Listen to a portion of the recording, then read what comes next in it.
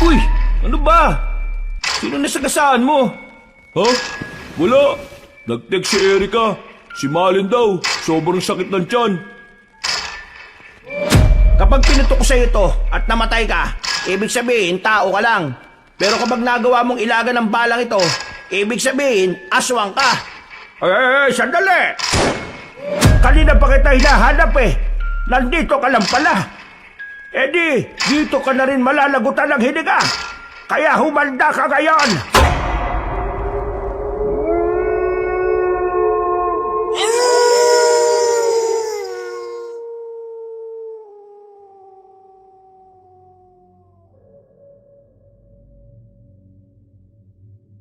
Kabanong, ang mga maling desisyon natin sa buhay ay madalas na nagdudulot sa atin ng matinding kapahamakan. Ito rin ang dahilan kung bakit minsan mas napapaaga tayong mawala sa mundo. Pinagpalang araw, Kabanong, at sa lahat ng mga kabangers at kayanggaw natin na walang sawang nakikinig sa inyong channel. Nais ko lang ibahagi ang karanasang ito na nangyari sa probinsya ng Capiz. Ito ang karanasan na talaga namang sumubok sa aming pagkakaibigan at sa aming tiwala sa sarili. Dahil din dito, maraming pananaw at mga aral ang aming natutunan. Ito ang nagsilbing lagusan para matuklasan namin ang mga bagay na hindi pinaniniwalaan ng karamihan sa mga tao. Pero dito ko rin natutunan na ang mga desisyon pala natin sa buhay ang magdadala sa iyo kung ano ang kapalaran na naghihintay. Ako po si Bernie. Kabanong, mga kabangers at mga kayanggaw, ito ang aking kwento.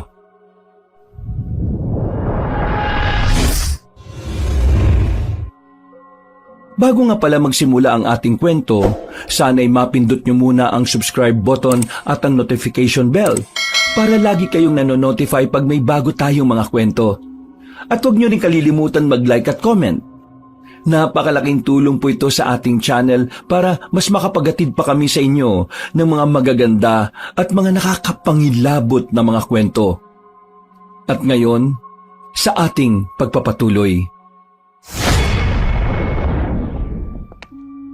Bro, tanga ka ba? Sinong matinong kuya na isasama ang nakababata niyang kapatid sa outing ng mga adults? Seryoso ka? Bro, walang maiiwan sa kapatid ko eh. Hindi ko siya pwedeng iwan na lang. Naka-off ang yaya niya ngayon. I'm the only one babysitting him as of now. So, isama na natin para makasama naman ako. Bro, look. That's an adult gathering. I mean, kasiyahan ng mga kagaya nating walwalan talaga sa inuman. Tapos, magsasama ka ng bata? Naisip mo ba na hindi magandang makita ng bata ang mga ginagawa natin? Especially yun na kuya niya? Hogan is right. Kung hindi ka makakasama, it's okay. May next time pa naman eh. Next time? Bro, matagal pa yan. Kayong dalawang mas nakakaalam na talagang dream ko makarating ng Capiz. Ano bang meron sa Capiz at bakit tanda kang i-expose yung little brother mo sa kawalang hiyaan ng mga adult? Basta, maganda kasi sa Capiz eh. Don't tell me, may nakilala ka na namang babae sa online, taga Capiz. Kung yun lang ang dahilan mo, huwag ka nang sumama ha. Magbantay ka na lang ng kapatid mo kaysa lumandi. Loko ka talaga. Anong sinabi mo? Ayoko nang ulitin ang sarili ko. Makasabi ka ng loko, kala mo naman, hindi ka rin loko ah. Baka nakakalimutan mong ikaw ang dahilan kung bakit munti ka nang mapahamak si Cindy last year. Yun eh dahil sa kalokohan mo. Isinama mo siya sa isang okasyon na alam mong maraming gumagamit ng pinagbabawal na. Stop! Natoy, below the belt na yan ha.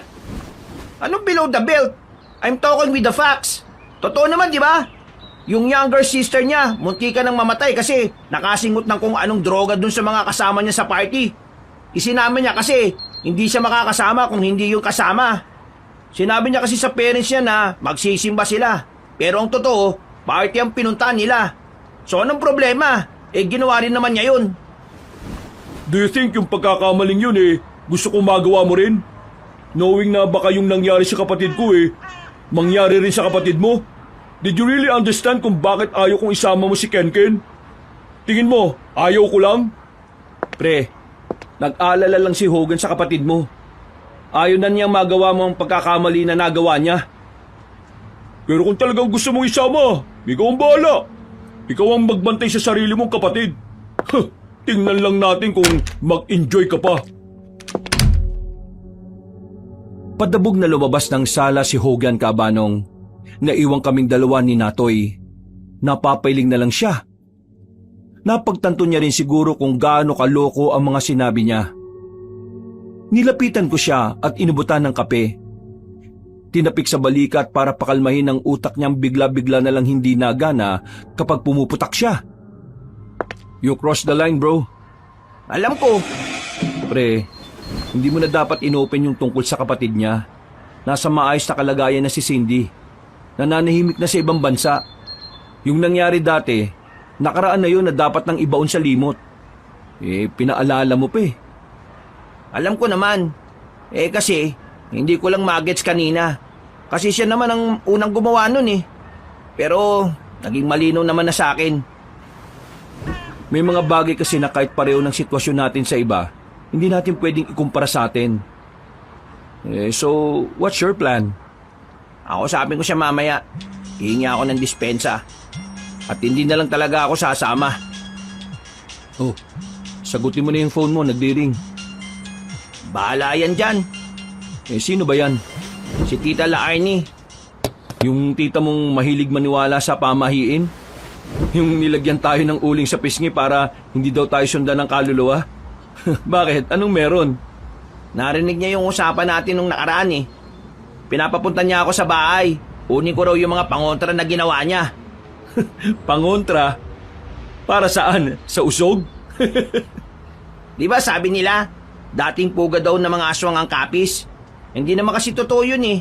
Sinisiraan lang ang kapis para walang magpuntang turista.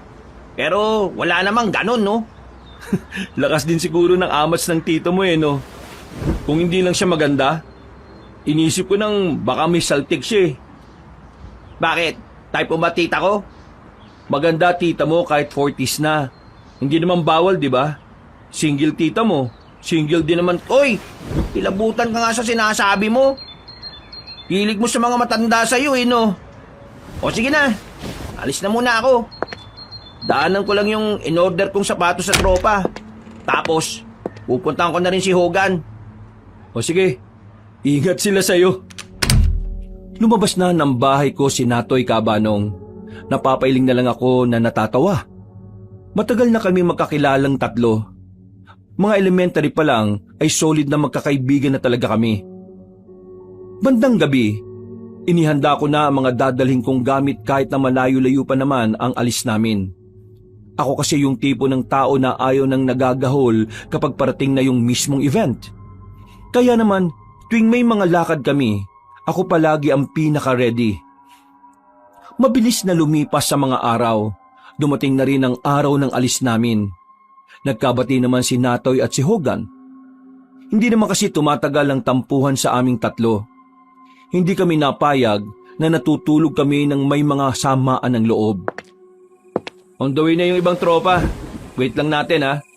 Ay, siya nga pala. Nag-search ako sa internet.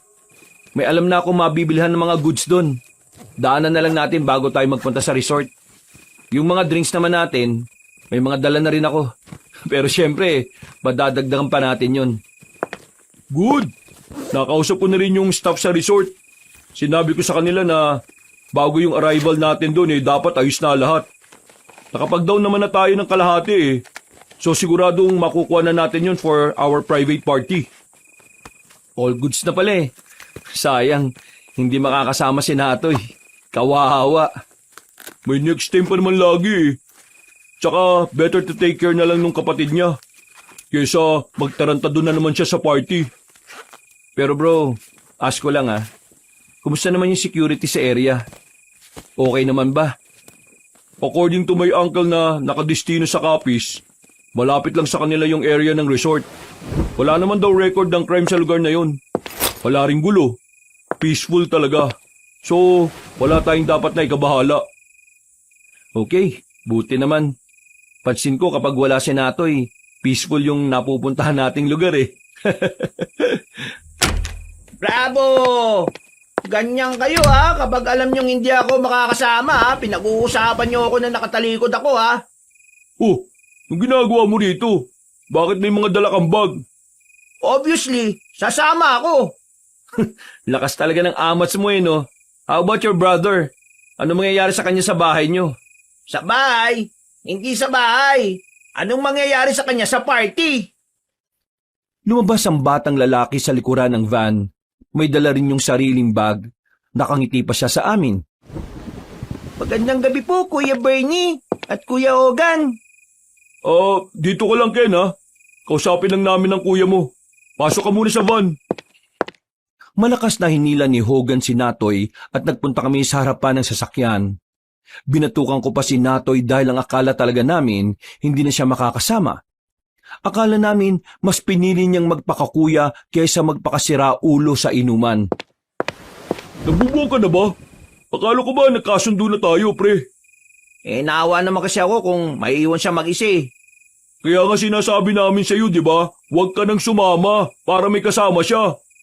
Ano naman ba to? Pre, ang kulit mo rin no? Anong gagawin natin dyan sa kapatid mo? Babantayan mo ba yan? Relax! Relax lang mga bro!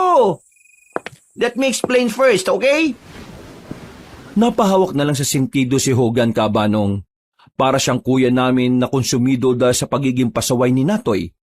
Ako naman, napasandal lang ako at bumuntong hininga. Nasama ako, pero hindi ako makikipag-inuman sa inyo. I mean, hindi ako sasama para makipagsabayan sa inyo. Gusto ko lang ipasyal si Kenken. Ginamit mo pa talaga yung bata sa kalokohan mo no? Di pre, seryoso. Yun talaga gusto ko. Kasi yun ang gusto ni Kenken. Pre, kilala ka namin. Kailan ka pa nagkaroon ng pakialam sa kapatid mo, ha? I know. Hindi naman tayo maniniwala kapag sinabi kong may pakialam ako sa kanya eh. Pero trust me, totoo tong sinasabi ko.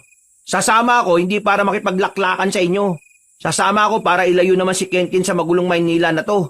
Trust me. Okay, sige, ganito. Ano man ang mangyari sa bata, ha? Wala kami kinalaman.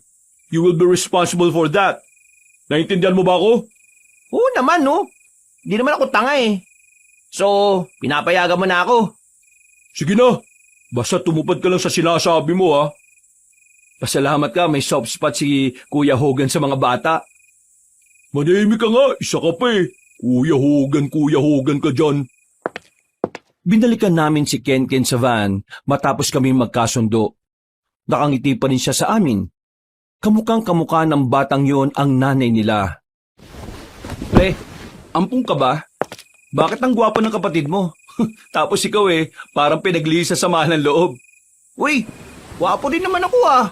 Kasi kung hindi, kanino ba magmamana yan? Kamukha ni tita. Hindi mo kamukha. Huwag kang ang feeling dyan. Di ba po maraming monster sa kapis? Bigla kaming natahimik na magsalita si Kenken Kabanong. Nawala ang ngiti namin. Parang doon nagsimulang maging seryoso ang usapan. Pero para sa batang si Kenken, ang ganong usapan ay nagiging dahilan para mas lalo siyang maging excited. Ang sabi po ni Tita Laarni, sa kapis daw po maraming monsters eh. Kagaya raw po ng aswang. Kuya Natoy, yung aswang po ba? Nakakatakot po ba yun? Kenken, alam mo, hindi totoo sinasabi ni Tita Laarni. Natakot ka lang niya para hindi ka sumama. Ang kaso, nandito ako eh. Kaya isasama kita kahit na anong mangyari. Apir! Langyang nato ito. Ginamit pa talaga yung bata. Sabi niya, babantayan naman niya di sige na lang. Kuya, gusto ko pong makakita ng aswang eh. Wala ka makikitang ganon. Katang isip lang yun na matatandang laging talo sa madyong. Tinawanan lang ng tinawanan ni Natoy ang sinasabi ni Kenken. Kami din ay nakitawa na lang. Mga ilang sandali lang, bumiyahin na rin kami nang dumating na rin ang ibang tropa. Nakatulog na si Kenken kahit wala pa kami sa pier. Hogan, sigurado bang may pwesto na tong dala nating mga sasakyan sa barko? Huwag ka mag-alala. Marami akong koneksyon dun. Naka-reserve na tayo. Kailangan na lang nating umabot sa oras kasi baka ibigay nila yun sa iba kapag di tayo umabot. Ang inaalala ko, yung bang kapatid mo ayos lang sa barko. Baka mahilo yan. Hindi naman siguro may hilo. Pero malay natin. Sira ulo ka rin talaga no? Baka mamaya magkasakit pa yan. Tapos, sasabihin mo sa amin, may pakialam ka sa kapatid mo. Utot mo, Blue. Ang sabihin mo, there's a girl in Capiz na gusto mong mamit. Oo na. Amin na akong meron nga. Pero hindi ko naman na yun iniisip Mas iniisip ko ang kapatid ko. Sus! Lukuhin mo lelang mo, wag kami. Tinawan-tawanan lang namin si Natoy. Kilala kasi namin talaga siya bilang pinakasiraulong tao sa circle of friends namin. Siya yung tipo ng tao na kahit saan kami magpunta, may naiisip na kalokohan. Kaya hirap na hirap kaming maniwala kapag nagsiseryoso siya. Pakiramdam namin kapag siya ang nagsasalita, palaging may hindi totoo sa sinasabi niya.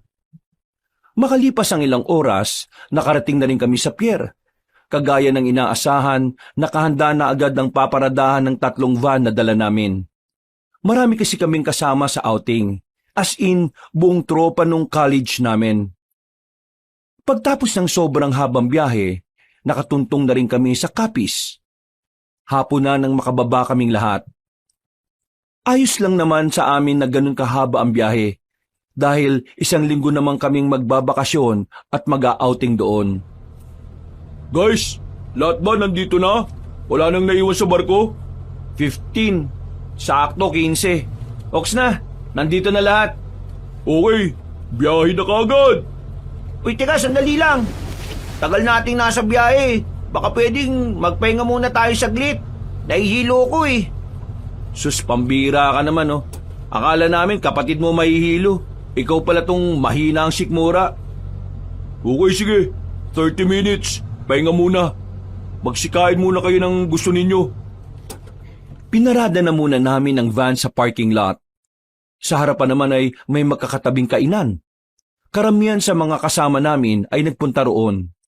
Si Natoy naman ay bumalik kagad matapos makabili ng kape at ng pagkain para kay Kenken. Si Malen. Oh, anong meron kay Malen? Binilang ko ng gamot. Masakit ang tiyan. Type mo si Malen? Sira ulo.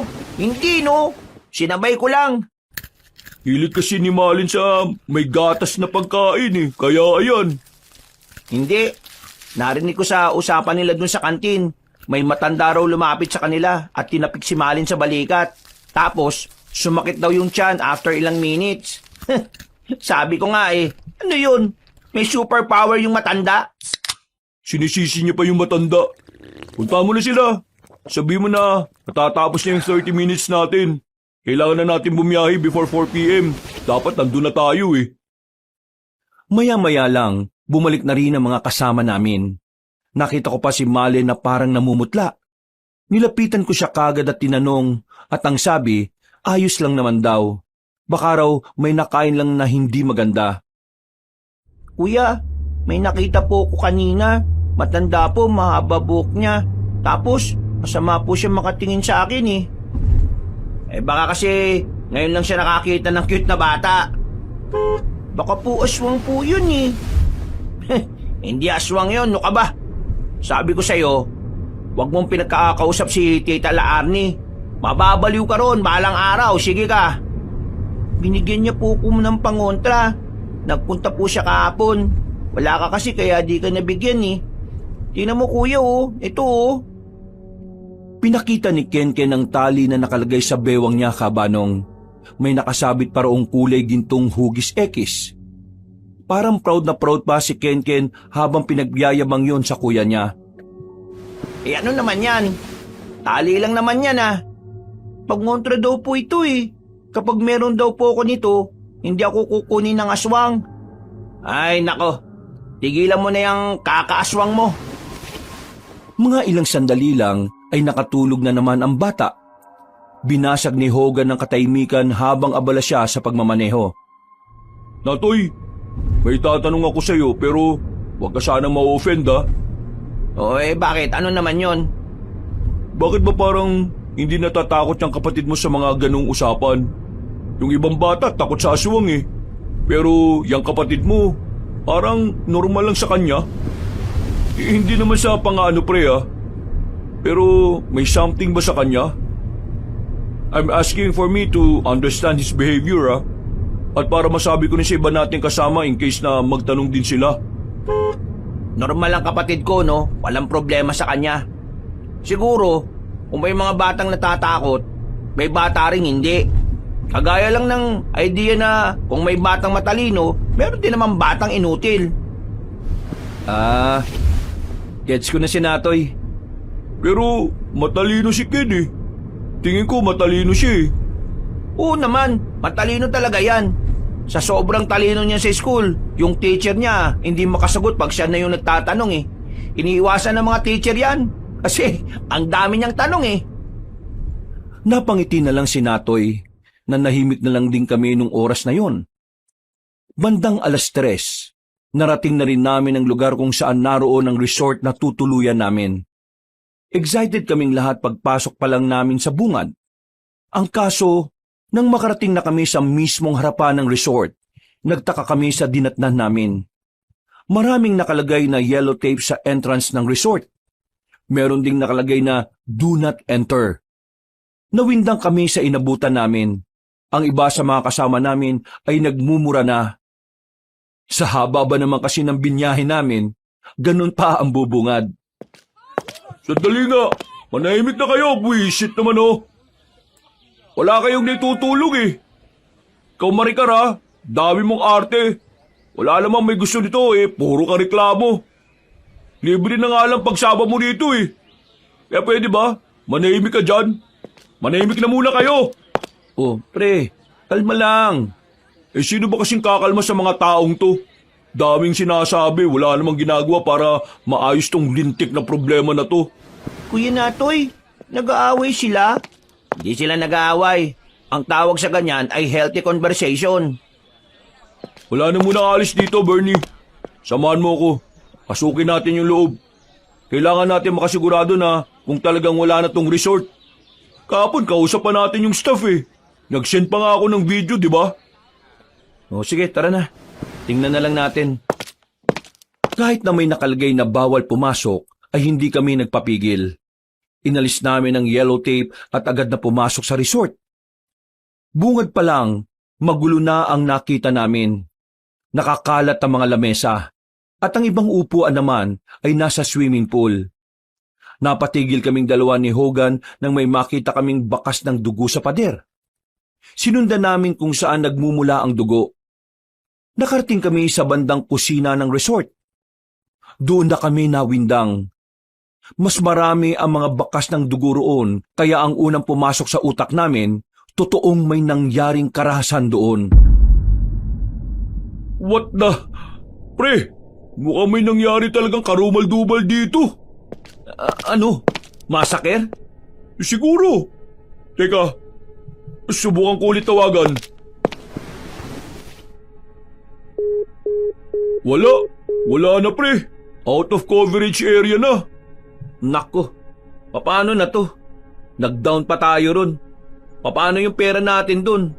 Teka nga pre, what if kontakin mo muna yung tito mo? Di ba sabi mo malapit sila dito sa area? Baka may alam siya kung anong nangyari dito. Ay, oo nga no. Sandaling lumayo sa akin si Hogan. Habang ako naman, naglakad-lakad pa ako sa paligid ng resort. Tumingin-tingin ako roon at may mga nakita pa ako mga bakas ng dugo. Aminadong kinikilabutan ako sa mga nakikita at nalalaman ko, Kabanong. Oh, anong sabi ng tito mo? Wala. Ang sabi niya, umalis daw tayo rito. Baka mamaya may makakita sa atin na pulis. Ang sabi niya, binasakir daw mga tao rito ng mga hindi pa nakikilalang suspect. Lahat daw patay eh. Pati na rin yung mismong may-ari at yung asawa at anak. Yung mga staff din, dinali. Yung iba raw, pinatay. May iba raw, dinukot at dinala. Grabe.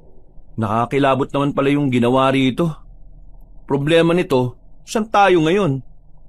Di bahala na. Maghanap na lang siguro tayo sa internet. May oras pa naman tayo eh. Magagabi na oh. Makahanap pa kaya tayo nito? Di subukan na lang natin. Lumabas na kami ni Hogan ng resort. Inabutan naming nagtatalo-talo pa rin ng iba naming kasama. Pero tumahimik naman sila agad nang ako na ang sumuway sa kanila. Oh guys, listen! Kinontak ni Hogan yung tito niya na nakadestino rito. Sakop nila yung area na to. At according to him, may nangyari ngang malagim dito. So mangyayari nito, hahanap na lang tayo ng ibang resort. Tulungan niyo ako maghanap. Wala na magrereklamo ha. Wala tayong mapapala kung mag-aaway-away pa tayo. Dapat matuloy tong outing na to. Ay ang layo ng binyahin natin eh. Yung na-down nating pera, wag na kayong mag-down ulit sakaling makahanap tayo. Kami na bahala sa kalahati ng ibabayad nyo. Bali yung half na lang yung iambag nyo. Ano, goods ba tayo? Oo, yun naman pala eh. Wag na kayong magmaktol. Para naman kayong mga bata eh. Kung wala nang aangal eh, di aalis na tayo. Teka, sandali lang. Bili lang ako ng yosi dun oh. Wait nyo ako ha. Oy Ken, sa van ka lang ha. Sige, sama ako pre. Nauuhaw ako eh. Pinayagan naman kami ni Hogan kaya nagmamadali kaming makalapit sa tindahan. Pagdating namin doon, tumingin sa amin ng seryoso ang matandang tindera. Para bang meron siyang gustong sabihin. Isa nga pong soft drinks, yung malamig na malamig sana. Yosi na yung sa akin ha. Tsaka 2 candy. Kinuha naman agad na matandang babae ang binili namin. Pero bago niya ibigay ang sukli, ay bigla siyang may sinabi sa amin. Kayo ba ang dapat na magre-renta ng resort na yan? Opo eh. Kami nga po sana. Bakit po? Wala na kayong mapapala dyan. Opo, alam namin. Nabalitaan namin na minasakir pala yung mga tao dyan. Kawawa nga eh. Kung sino man yung mga tao na gumawa nun, sana mabulok sila sa kulungan. Anong mga tao? Hindi mga taong gumawa ng karumal-dumal na pagpatay. Po? Paanong hindi po mga tao? Wala ako nay. Alien no? O kaya robot. Huwag mong gawing biro ang nangyari. Dahil ang nangyari sa kanila ay maaaring mangyari din sa inyo. Huwag kayong magpakampante. Kung ako sa inyo, umalis na kayo at bumalik kung saan man kayo galing. Hindi nyo na naisin kapag nakadaupang palad nyo sila. Sige po. Mauna na po kami. Maghanap pa po kami ng ibang resort eh. Lisanin nyo na ang kapis. Kung hindi, kapahamakan ang mapapala ninyo. Hindi na namin kinausap pa ang matandang babae. Nawiwirduhan na kasi kami sa sinasabi niya. Akala namin noon, tinatakot lang kami na matandang yon. Akala namin, trip-trip niya lang na bigyan kami ng babala para mabahala kami. Kaya naman, hindi na lang namin inintindi.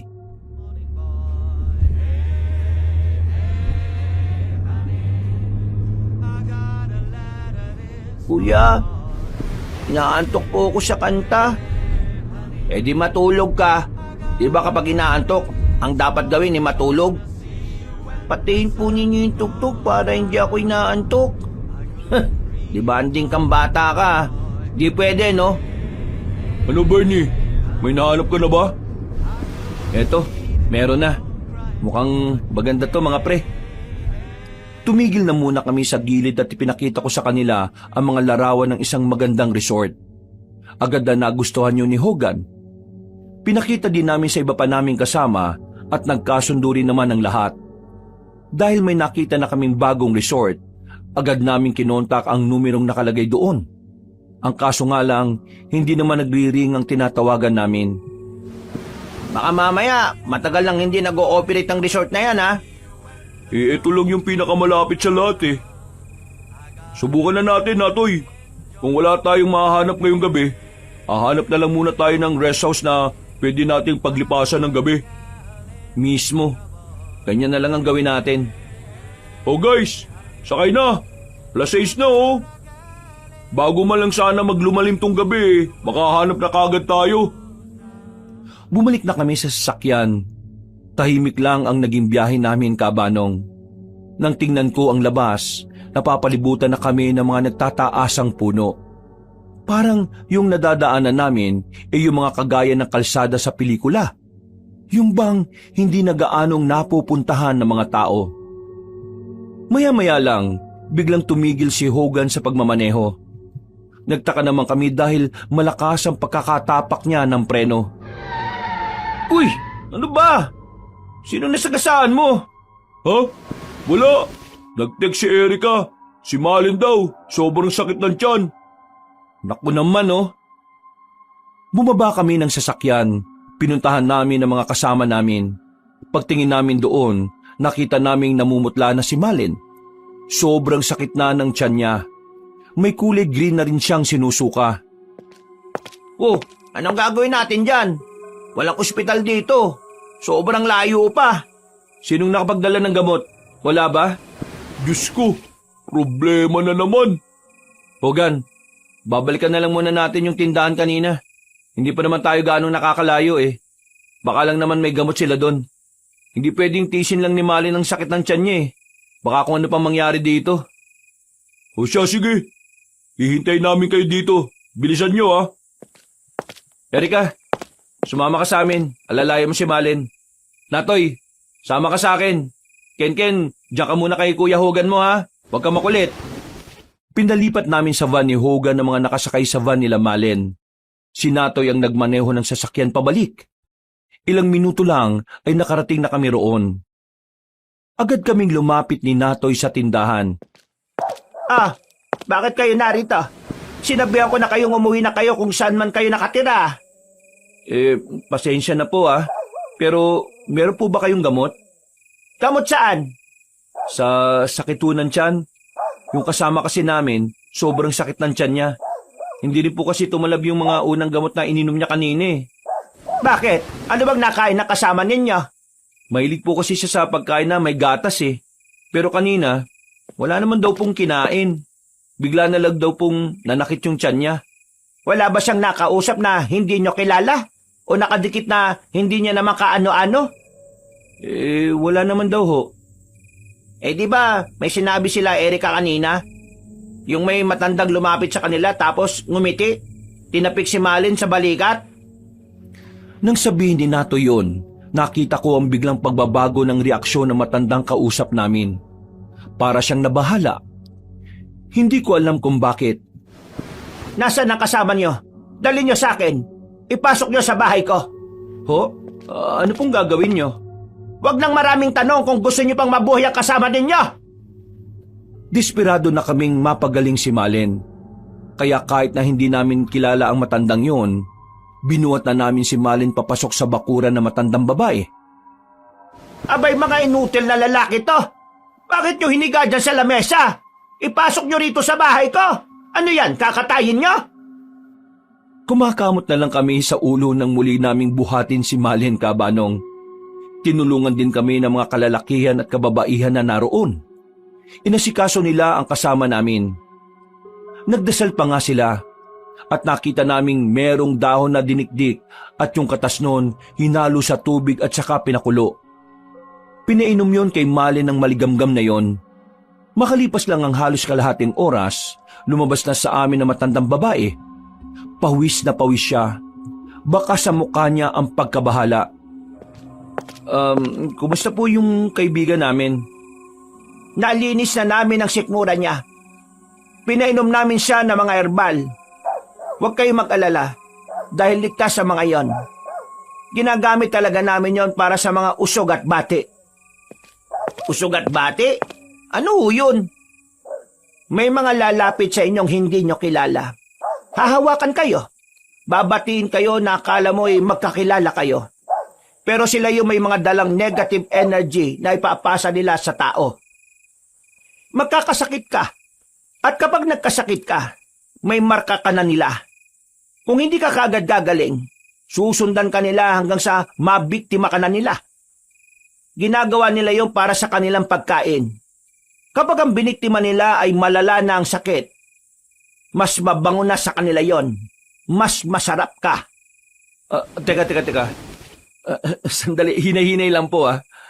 Ano na po ba yung pinag-uusapan natin dito? Aswang. Ho? Aswang? Seryoso ho kayo? Ang kaibigan nyo ay pinunteriya ng aswang. Aswang ang matandang tumapik sa kanya. Pre, tripping yata si nanay oh. Nay, pasensya na po kayo pero kasi hindi naman po kami... Hindi kayo naniniwala sa aswang. Pero dahil nandito kayo sa lugar kung saan sila namamalagi, kailangan nyong baliin ang paniniwala ninyo. Totoo sila rito. Hindi sila haka-haka. Kasama ng mga tao ang mga aswang sa probinsyang ito. At ang mahirap dito, hindi mo agad malalaman kung aswang sila o hindi. Dahil parang kahawig lang din sila ng normal na tao. Sila ang pumaslang sa mga tao sa resort. Ho? Ganun po ba? Marami sila rito. At meron silang partikular na lugar na kung saan doon sila nagtitipon-tipon. Huwag nyo na sana silang madaanan. Nay, magkano po ba yung babayaran namin? Hindi ako tumatanggap ng bayad sa panggagamot ko. Sapat na sa akin na nalaman kong gumaling ang pasyente. Pwede nyo na siyang kunin. Sige po. Maraming salamat po. Kung ayaw nyong makinig sa akin, sakaling magkaroon ng problema, balikan nyo lang ako dito. Narito lang ang pamilya ko para tulungan kayo. Tumango na lang kami sa matandang babae na hindi pa rin namin alam ang pangalan. Hindi na namin siya kinontra sa mga sinasabi niya bilang respeto na rin. Malaki ang pasasalamat namin sa kanya. Para kasing magic na gumaan na kagad ang pakiramdam ni Malen. Nang tanungin namin si Malen, ay agad niyang sinabi sa amin na nung wala siyang malay, nakikita niya raw ang mukha na matandang tumapik sa balikat niya. Sa puntong yon, kinilabutan na kami, Kabanong. Pero hindi na lang namin inintindi ni Natoy. Bumalik na kami sa van. Nagpaalam kami ng maayos sa matanda at kumaway lang din naman sa amin ang pamilya niya. Habang nasa biyahe, buti na lang talaga tinulungan tayo. Kung hindi, nako, hindi tayo aabot sa ospital. Okay na pakiramdam ni Malin Nakakapagtaka, no? Paano kaya ginawa ng matandang babae yun? same question, pre. Iniisip ko rin, anong klaseng herbal yung pinainom kay Malen? Malin, wag ka mag-alala. Makakapagpahinga ka mamaya kapag nakarating na tayo dun sa resort. Nabalikan naman namin sila Hogan. Pero pagbaba pa lang namin ng sasakyan, nakasimangot na kagad na sinalubong kami ni Hogan. Mainit ang ulo niya dahil pinaghintay namin siya na matagal. Bakit bang tagal nyo? Kala ko ba bibili lang kayo ng gamot? Pasensya na pre, tinulungan kami ng mga nasa tindahan Ginamot nila si Malen. Ayos na si Malen ngayon. Ha? Ginamot? Oo, meron silang pinainom. Tapos, ngayon, okay na si Malin. Tingnan mo, nakakaupo na. Parang nagdailan lang. Baka mamaya kung anong pinainom sa kanya Kapag may nangyaring masama kay Malin, kayo bahala dyan O sige na, tara na, biyahe na tayo. Sabay-sabay na kaming sumakay ng sasakyan, Kabanong. Tulog na si Kenken sa loob. Hindi na naman nakibo sa amin si Hogan. Banas na siguro sa sobrang hassle na dinanas namin. Sa loob ng halos kalahating oras na biyahe namin, napatigil na naman kami sa gilid. Meron kasing 4 na kalsada doon. Wala yun sa internet map.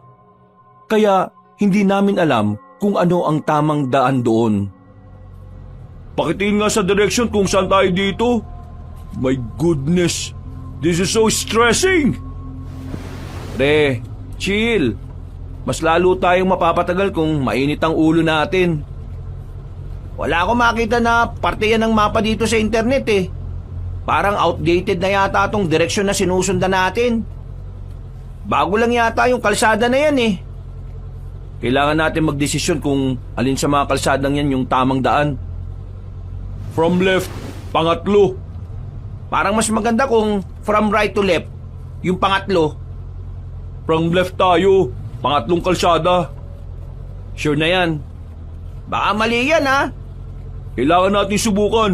Wala tayong mapapala kung hindi tayo pipili. Bumalik na lang kapag mali. Sige na. From left to right, pangatlo. Lumabas ako sandali noon at sumenyas ako sa mga nasa likuran namin.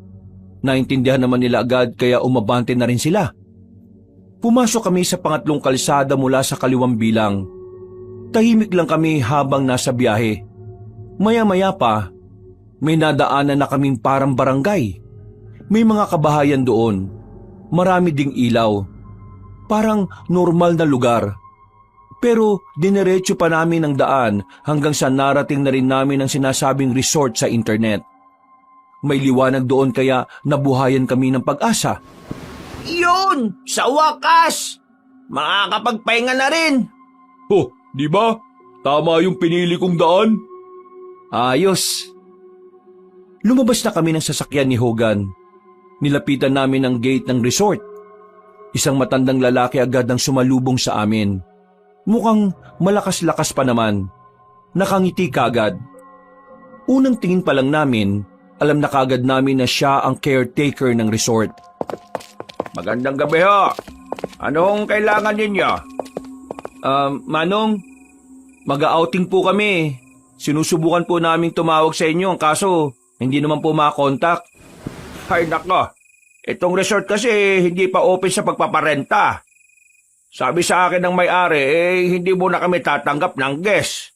Ay nako, pasensya na talaga. Hindi. Baka naman pwede kaming pagbigyan. Nanggaling na kasi kami sa unang resort na pinuntahan namin eh. Ang kaso, close na. Permanently. May nangyaring karumal-dumal doon kaya wala nang pag-asa makapag-outing kami ron. Ito na yung pinakamalapit na resort na napuntahan namin eh. Kaya sana, Manong, bigyan nyo kami ng consideration. Kung gusto mo, pwede kong kausapin yung may-ari. Sige na po, ang dami po namin eh. Galing pa po kaming Maynila. Talagang dinayo namin tong copies. Kasi bukod po sa outing, mamamasyal din po kami rito kasi magaganda raw yung mga pasyalan dito eh. Manong, kaming bahala sa inyo. Matik yan, may tip. Ay nako, mapapagalitan kasi ako nito eh. Pero, teka lang ah. Dito lang kayo. Susubukan kong kausapin si boss. Sandaling umalis sa matanda. Halos 10 minuto rin kaming naghintay. Bagot na ang iba naming mga kasama. Hindi pa nagsisimula ang kasiyahan namin, pagod na sila. Sana naman pumayag. Ang bira naman kasi, nakakapagod yung daming nangyari. Kung sakaling hindi pumayag, no choice. Hahanap tayo ng pwedeng mapagpalipasan ng gabi. Oh wait, ayun na siya. Mga iha. Ayun, pumayag na yung boss ko. Yes! Pero may kondisyon lang kasi hindi pa talaga to open eh. Bawal ang magkalat. Walang magpapatugtog. Pero pwede namang mag-inom. At kapag matutulog na, papatay ng lahat ng ilaw, pati sa labas. Oh? Bakit mo kailangan patayin? Huwag ka na magreklamo. Ang mahalaga, matutuloy na rin tayo. Hindi na namin pinahaba pa ang usapan na yon, Kabanong. Ipinasok na namin ang mga gamit namin. Kung ano ang nakita namin sa picture, ganun na ganun din ang itsura ng resort. Maganda, pangmamahalin talaga. Nainganyo kami, kaya ang tanging tumatakbo lang sa isipan namin, masimulan na rin ang kasiyahan. Kanya-kanya ng pili ng kwarto. Marami namang bakante kaya hindi kami nag-agawan. Matapos din kaming makapagbayad sa matandang lalaki, binigay na niya lahat ng susi. Pinaliwanag lang din sa amin ang iba pang dagdag na rules sa resort. Pagkatapos, umalis na rin ang matandang si Mang Norman. Hindi nagtagal, nagtalunan na rin kami sa swimming pool. Si Natoy naman, nasa kwarto kasama ang kapatid niya. Naidlip ang dalawa, habang kami nagkakasiyahan na. Sa dami ng nangyari, natuloy na rin! Akala ko nga mapupunta na naman tayo sa drawing eh. Ay wait, nasaan si Natoy? Nasa kwarto. Iidlip daw muna sila ng utol niya. Mukhang di talaga yata siya makikiinom sa atin ah. Well, panindigan niya yung sinabi niya sa atin. Sa mga sumunod na sandali, nalasing na ang mga kasamahan namin. Kahit si Malin na kagagaling lang sa sakit ng tiyan, tumikim na kagad ng alak. Hindi nakinig sa payo namin. Kahit anong sabihin namin, talagang matigas ang ulo. Kaya hinayaan na lang din namin siya. Dakong 3:00 na madaling araw, tahimik na ang pool area. Pumasok na ang lahat sa kani-kanilang kwarto. Habang ako naman, hindi pa rin dinadalaw ng antok dahil mas marami pa akong nainom na kape kesa alak. Nakatambay lang ako sa rooftop. Nagpapahangin. Oh, bakit nandito ka? Huy, visit ka bro. Nagulat naman ako sa'yo. Kakainom mo yan ng kape eh. Kaya nga eh. Tingnan mo, gising pa rin ako hanggang ngayon. Eh ikaw, Kakagising ko lang bro. si Ken, kumusta? Nagising, nagutom eh. Pinakain ko tapos ayun, natulog ulit. Pero pre, seryoso, bakit mo sinama si Ken? Dahil ba wala lang talagang may iwan sa kanya? The reason is, meron naman siyang kasama sa bahay. Nandun ang pinsan ko eh. Uy, bakit mo ba siya sinama? 4 years ago, ang stepfather ko ang kasama ni Ken sa bahay since ako. Lagi akong may mga racket. Hindi ako napipirmi sa bahay. Wala akong kalam-alam, yung tarantadong stepfather namin, minamaltrato yung kapatid ko. Minsan, hindi pinapakain na maayos. Minsan nga, puro tubig lang ang binibigay eh. Nagsumbong sa akin si Ken. Kaya, alam ko lahat ng yon. Kaya pre, wala na akong tiwala sa mga taong pinag-iiwanan ko sa kapatid ko eh. Sa inyong dalawa lang ni Hogan ako nagtitiwala. Kaya ako siya isinama rito. Hindi lang dahil wala akong tiwala sa mga pinsan ko ah. Isinama ko rin siya rito para kahit papaano eh, mahil yung trauma niya. Kasi hanggang ngayon, yung trauma niya, visible pa rin sa kanya eh. Minsan kapag umuwi ako, ayaw niyang buksan yung pintuan ng kwarto niya. Kasi akala niya yung stepfather namin. Natatakot siya pre. Lalo na kapag mag-isa lang. Kaya ngayon, naisipan kong isama siya para ma-expose siya sa tao. At para maiba naman yung environment niya. Kapag palagi kasi siyang nasa bahay, palagi niya lang naiisip yung mga kahayupan ng stepfather namin eh. Tarantado pala yun eh, no? Pre, sorry ah. Hindi ko alam na may ganyan palang pinagdaraanan ng kapatid mo. Bakit hindi mo sinabi kaagad? Nilumpo ko sana yung siraulong yun. 5 years old lang si Ken eh. Diyos ko naman pre, grabe naman yung stepfather mo. Ay sabi nga ni Mama, wag na raw muna ipagsabi sa iba. Ayaw kasi niyang maging center ng usapan si Ken eh. Kaya wala kami pinagsabihan kahit na sino. Pero ngayon, sabi ko kay Ken, palagi na kami magkasama. Isasama ko rin siya kahit saan ako pumunta. Para kahit na papano, makakalimutan naman niya yung mga nangyari nun. Masyado pa siyang bata para magdala ng ganong klase ng memories eh. Bilib ako sa'yo pre. Sa likod ng nakakabwisit mong muka eh. Kasi palagi kang siraulo sa mga lakad natin ha. Nagtatago pala dyan yung pagiging mabuting kuya mo. No, wag mo ako purihin ha. Kasi kung mabuti ako noon pa, hindi naman na mararanasan ni Ken yung bagay na yun. Sus, wag mo ngang sisihin ang sarili mo sa nangyari. Hindi mo kasalanan kung pumili ng siraulong lalaki ang nanay mo. Ang mahalaga naman ngayon eh, pinapakita mo kung gaano mo kamahal si Ken. Eh si Mama, sana wag na siyang bumalik. Nababanas ako sa taong yun eh. Ako na bahalang bumuhay kay Ken. Sa gwapo kong ito, hindi ako mababakante sa modeling no. Wag kang mag-alala pre. Naniniwala ako na matatag si Ken. Malalampasan niya yung masamang nangyari noon. At saka, uy, ano yung kumalabog? Kung ano yun? Baka may tumumbang tropa. Dami kasi mga ininom kanina ng mga yun eh. Si Malin din, bida-bida eh. Kagagaling lang sa sakit. Tapos, ayan. Uy, ano na naman yun? Napatigil kaming dalawa ni Natoy sa pag-uusap. Nagtaka na kami kung saan galing ang angil na yun. Kaya naman, marahan kaming naglakad patungo sa kaliwang parte ng rooftop. Tumingin kami sa baba. Nakita namin sa gilid ng bahay na yun ang mga nagtumbahang mga galon. Nung una, akala namin na baka nasagi lang ng pusa. Kaya nagkibit balikat na lang kami. Pinuntahan namin yon para ayusin ng hindi na nakakalat. Pero sa ginawa namin yon, meron ako napansin na hindi namin mapaliwanag. Ano to? May bakas ng paa sa marmol. Yung bakas ng paa hanggang sa may harapan lang ng pader. Tapos wala na. Iisipin sana namin baka may magnanakaw na nakapasok. Pero ang ipinagtataka namin, bakit kakaiba ang hugis ng paa? Hindi siya gaya ng paa ng tao. Mas mahaba ang paa na yon. Parang paa ng basketball player. Pero mahaba ang daliri. Anong hayop yung may ganyang paa, pre? Hindi ko rin alam eh. Paa ng unggoy? Ganyang kalaki? Gorilla? Hindi yan paa ng kahit na anong unggoy. Kakaibang paa yan. Ano? Paa ng supernatural being? O ng dangerous creature? Ewan ko sa'yo. Tara, pasok na tayo sa loob. Ang lamig ni. Hindi na namin inintindi yon kahit na dapat ay nakakuha na ako ng hint sa mga susunod na mangyayari. Masyado akong bulag sa mga senyalis noon, Kabanong.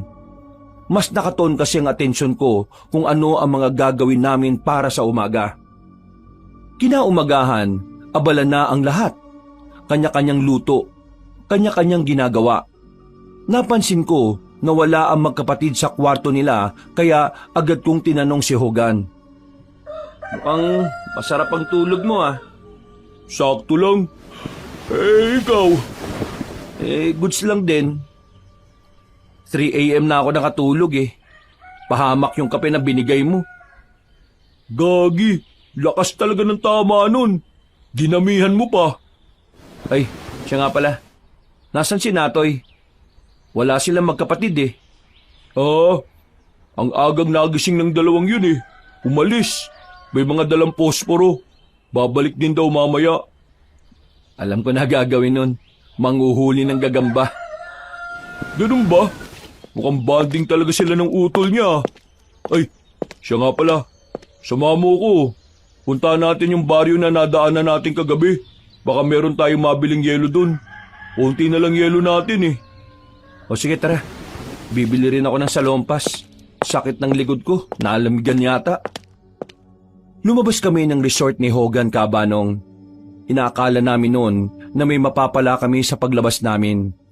Pero sobrang layo ng inaasahan namin sa dinatnan namin. Nang makapasok na kami sa baryo, nagtataka kami kung bakit parang wala kaming nakikitang tao sa labas. Pati sa mga bakuran, wala rin. Wala rin kaming makitang tindahan. Nawiwirduhan na kami sa nangyayari. Parang naghahanap yata tayo sa wala. Tingnan mo bro, parang ghost town. Chill. May nakita akong tao kanina. Nakasilip sa bintana. Ayaw lang yata nilang lumabas eh. Alam mo mabuti pa, itanong na lang natin kay Manong Norman kung saan pwede makabili. Hindi na kami tumuloy sa pinakaloob ng baryong yon. Bumalik na lang kami sa resort. Sakto naman na naroon si Mang Norman para magatid sa amin ng libreng uling. Hindi kasi kami nakabili ng uling para sa mga iihawi namin. Bilihan ng yelo. Nakto, doon pa sa labas. Etong dana to. Diretso. Wala kayong lilikuan ha? Gaano po kalayo? Ako kasi, dahil wala naman akong sasakyan, nilalakad ko yun 1 oras. May sasakyan naman kayo eh. Kaya baka wala pa yung 15 minutos. Basta, nandun yung bilihan ng kung ano-ano. Sige po, maraming salamat po, Mang Norman. Kapag gusto nyo kumain, kuha lang po kayo sa loob ah. Ay nako, hindi na. Ayos lang naman ako. Bilin sa amin ni boss eh, hindi kami dapat nakikisali sa guest. O siya sige, una na ako ha. Sandali lang po. Saan po ba kayo nakatira dito? Para alam namin kung saan kayo pupuntahan kung sakaling may kailangan uli kami. Ay, doon sa liko, diretso. Tapos may bahay doon na maliit. Yung gawa sa bato, akin yon. Doon ako nakatira. Tumango na lang kami sa kanya at naglakad na rin siya palayo. Pumasok na rin kami ng sasakyan at saka bumiyahe na rin kami. Bro, alam mo ba yung sinasabi ni Malin? Tungkol saan? Kanina nagkwento siya. Napaniginipan daw niya yung matandang tumapik sa balikat niya. Sabi niya kanina sa amin, aswang daw yun. Oo. Nasabi niya rin sa amin, bro. Alam mo ba, sabi rin ng gumamot kay Malin, aswang daw talaga yung tumapik kay Malin nung nandun tayo sa pier. Huh? So may kapangyarihan yung aswang? Wow ha? Parang Justice League ah. Ewan ko, hindi ko alam. Pero base dun sa sinabi sa amin, yung mga aswang daw kasi, kaya nilang pasahan ka ng sakit sa pamamagitan lang ng paghawak o pagtapik sa'yo. Ano? Naniniwala ka ron? Hindi ko alam eh. Sa totoo lang nahihiwagaan nga kaming dalawa ni Natoy. Para kasing magic na nawala kaagad yung sakit ng tiyan ni Malin eh. O paanong magic? Sabi niyo, pinainom siya ng herbal. Mali mo naman yung herbal pala na yun talaga namang effective sa sakit ng tiyan. Ewan ko. Basta. Alam ko maraming kwento-kwento rito sa Capiz. Pero lahat ng yung gawa-gawa lang. Kasalanan kasi yan ng mga journalist noong 90s eh. Pinakalat nila na may aswang dito. Pero in reality, wala naman talaga. Eh nako, focus ka na nga lang sa pagmamaneho mo, bro. Baka mamaya ay mabangga pa tayo. Lingon ka ng lingon dyan eh. Tinawanan na lang ako ni Hogan habang ako ay nanahimik na lang. Pero ang daming natakbo sa isipan ko, Kabanong. Isa na nga roon ay yung nangyari kay Malin.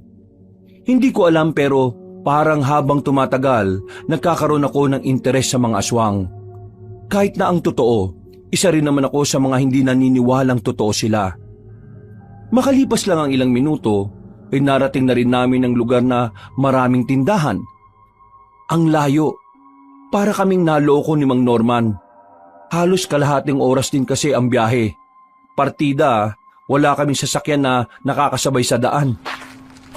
O ingat, baka may tumapik din sa'yo Good mood ka talaga no? Ginagawa mo ng biro yung tingin mo lang dati, corny. Oh, yun bili tayo ron. Manong, magkano po kilo ng bangus? 180 lang. Pang-ihaw pa.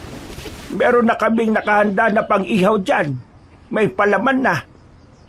Yun sakto. Meron din po ba kayong yelo dyan? Mukha bang may tinda kong yelo? Nako, wala. Doon sa kabila meron. Sige po. 2 kilo na lang po ng bangus. Hindi kayo taga-Capiz? Bakasyonista po. May outing lang po kami rito. In 1 week, aalis na rin. Outing pala. Saan kayo nag-outing? Sa Villa Roma Resort po. Biglang napatigil ang matandang lalaki sa paglalagay ng bangus sa plastik.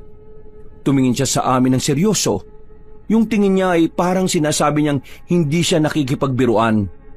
Habang kami naman ni Hogan, kulang kami at nakangiti pa sa kanya. Sinabi mong sa Villa Roma kayo nag-outing? Yung malapit sa Baryo Sinacula? Baryo Sinakulo po pala yung baryong nandun?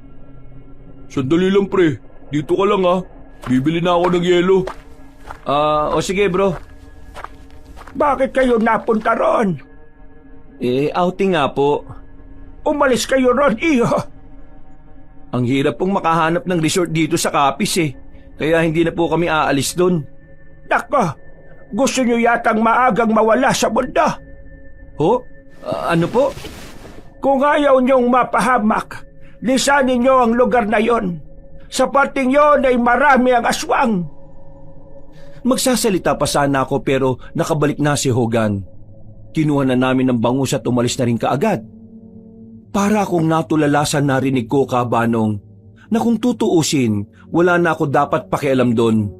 Pero nung mga oras na yon, hindi ko alam kung bakit ako apektado sa sinabi ng tindero.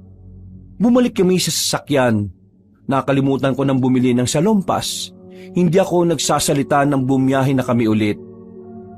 Bro, are you okay? Pansin ko bigla kang nanahimik Ano bang sinabi sa'yo ng tinderong yun? Kinuwento ko kay Hogan kung ano ang sinabi sa akin na matanda. Pero kagaya ng inaasahan ko, hindi rin naman siya naniwala. Nang makabalik kami sa resort, Kinuwento naman ni Hogan ang tungkol sa mga aswang sa iba pa naming kasama. Pero wala ni isa sa kanila ang sumeryoso. Habang ako, hindi ko alam kung bakit parang hindi ko magawang sabayan ang pagtawa nila sa usaping yon. Sa isang iglap lang, para bang may nagbago sa pananaw ko. Kahit na hindi ko pa nakikita o napapatunayang may aswang, unti-unti akong naniniwala na baka nga totoo sila. At ang tanging basihan ko lang ay ang kaba na hindi ko maipaliwanag. Kaba nung ako yung tipo ng taong hindi masyadong nagpapaniwala sa mga urban legend. Mas naniniwala pa akong puputi ang uwak kaysa sa ideyang totoo ang mga aswang. Pero iba ang pakiramdam ko nung nasa Capiz kami. Hindi maganda, mabigat, may kilabot na hindi ko maintindihan. Ken, nasaan ang kuya mo? Ikaw lang ba bumalik? Si kuya po, nasa kwarto po. Tulog? Hindi po, gising po siya. Anong ginagawa? Nakatulala po. Ano? Nakatulala? Bakit? Hindi ko po alam kuya eh. Pwede po ba kumain muna ako? Hindi pa ako makasubo po, tanong kayo ng tanong eh. Ay, sorry. Sige, pupuntahan ko lang yung kuya mo. Napapakamot na lang siya sa ulo, Kabanong. Natawa na lang din ako sa kanya. Umakyat ako sa taas kung saan naroroon ang kwarto nilang magkapatid. Bukas ang pinto. Nakita ko si Natoy na nakahiga. Nakatingin lang sa kisame. Hindi ko siya nakilala bilang tahimik. Kaya nakakapanibago na hindi siya nagkukulit o gumagawa man lang ng katarantaduhan sa mga kasama namin. Pre, pwede bang pumasok? Sure bro. Bakit? Ano bang meron? Sabi ni Ken, tulala ka raw eh. Ano bang nangyari sa lakad nyo kanina? Natulala ka ba kasi wala kayong nahuling gagamba? Ha? May nahuli kaming gagamba, no? Uy, meron naman pala eh. Anong nangyari? Aso, nakawala. Nataranta ako, pre. Ano? Natakot ka sa gagamba? Hindi. Nataranta ako sa nakita ko. Bumangon siya at saka humarap sa salamin. Nagsuklay sandali. Kalmadong humarap sa akin at sumandal sa bintana. Yung sinabi na matandang gumamot kay Malen? O anong meron? Tingin ko, totoo eh. Teka. Ano ba talaga nangyari, pre? Kanina, meron ako nakitang kakaiba sa gubat habang nanguhuli kami ng gagamba. Tingin ko, aswang yun. Pabitin ng potek. Sabi mo na kasi ng buo. Ganito kasi yon pre. Isang lalaki, may timang katawan, duguan ng kamay. May kinakain siya. Akala ko nung una, kambing yung nilalapa niya lang ng hilaw eh. Pero nang makita kong nakausli yung paa sa gilid, doon ko na binitbit si Ken paalis. Pre, nakakita ako ng isang nilalang na may nilalapang tao. Malapit lang dito yun ha. Pre, totoong mga aswang. Totoo. Kung ganun, totoo pala talaga yung sinasabi ng tinderong nabilhan namin kanina. Ang sabi niya, marami daw aswang sa area na to eh. Kailangan malaman to ng mga kasama natin, pre. Hindi naman sila naniniwala eh. Natawa nga lang silang lahat, di ba? Ikaw ba? Naniniwala ka ba sa sinasabi ko? Ewan ko. Pero parang oo eh. Kinakabahan ako eh. Kung maraming aswang pala rito, bakit hindi sinabi sa atin ni Mang Norman? Baka hindi rin niya alam. Kailan lang naman daw siya rito nagbantay eh. Mabuti pa pre. Puntaan natin si Mang Norman. Tanungin natin siya kung ano yung nalalaman niya tungkol sa aswang. Pagkatapos, mauna na tayong umalis. Hindi ko hayaan na mapahamak dito ang kapatid ko. Nagkasundo kaming dalawa ni Natoy, Kabanong.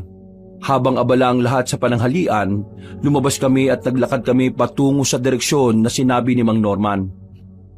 Bahay lang na matanda ang tanging nakatirik doon. Napapalibutan ng mga punong kahoy ang bahay na yon. At sa bandang gilid, merong maliit na ilog. Sakto nakita namin siya sa bakuran habang may pinapakuluan. Ah, Bernie. Tama? Opo, ako nga po si Bernie. At ito naman po si Natoy. Ay, anong sa atin? May problema ba? Mang Norman, may alam po ba kayo tungkol sa mga aswang na narito?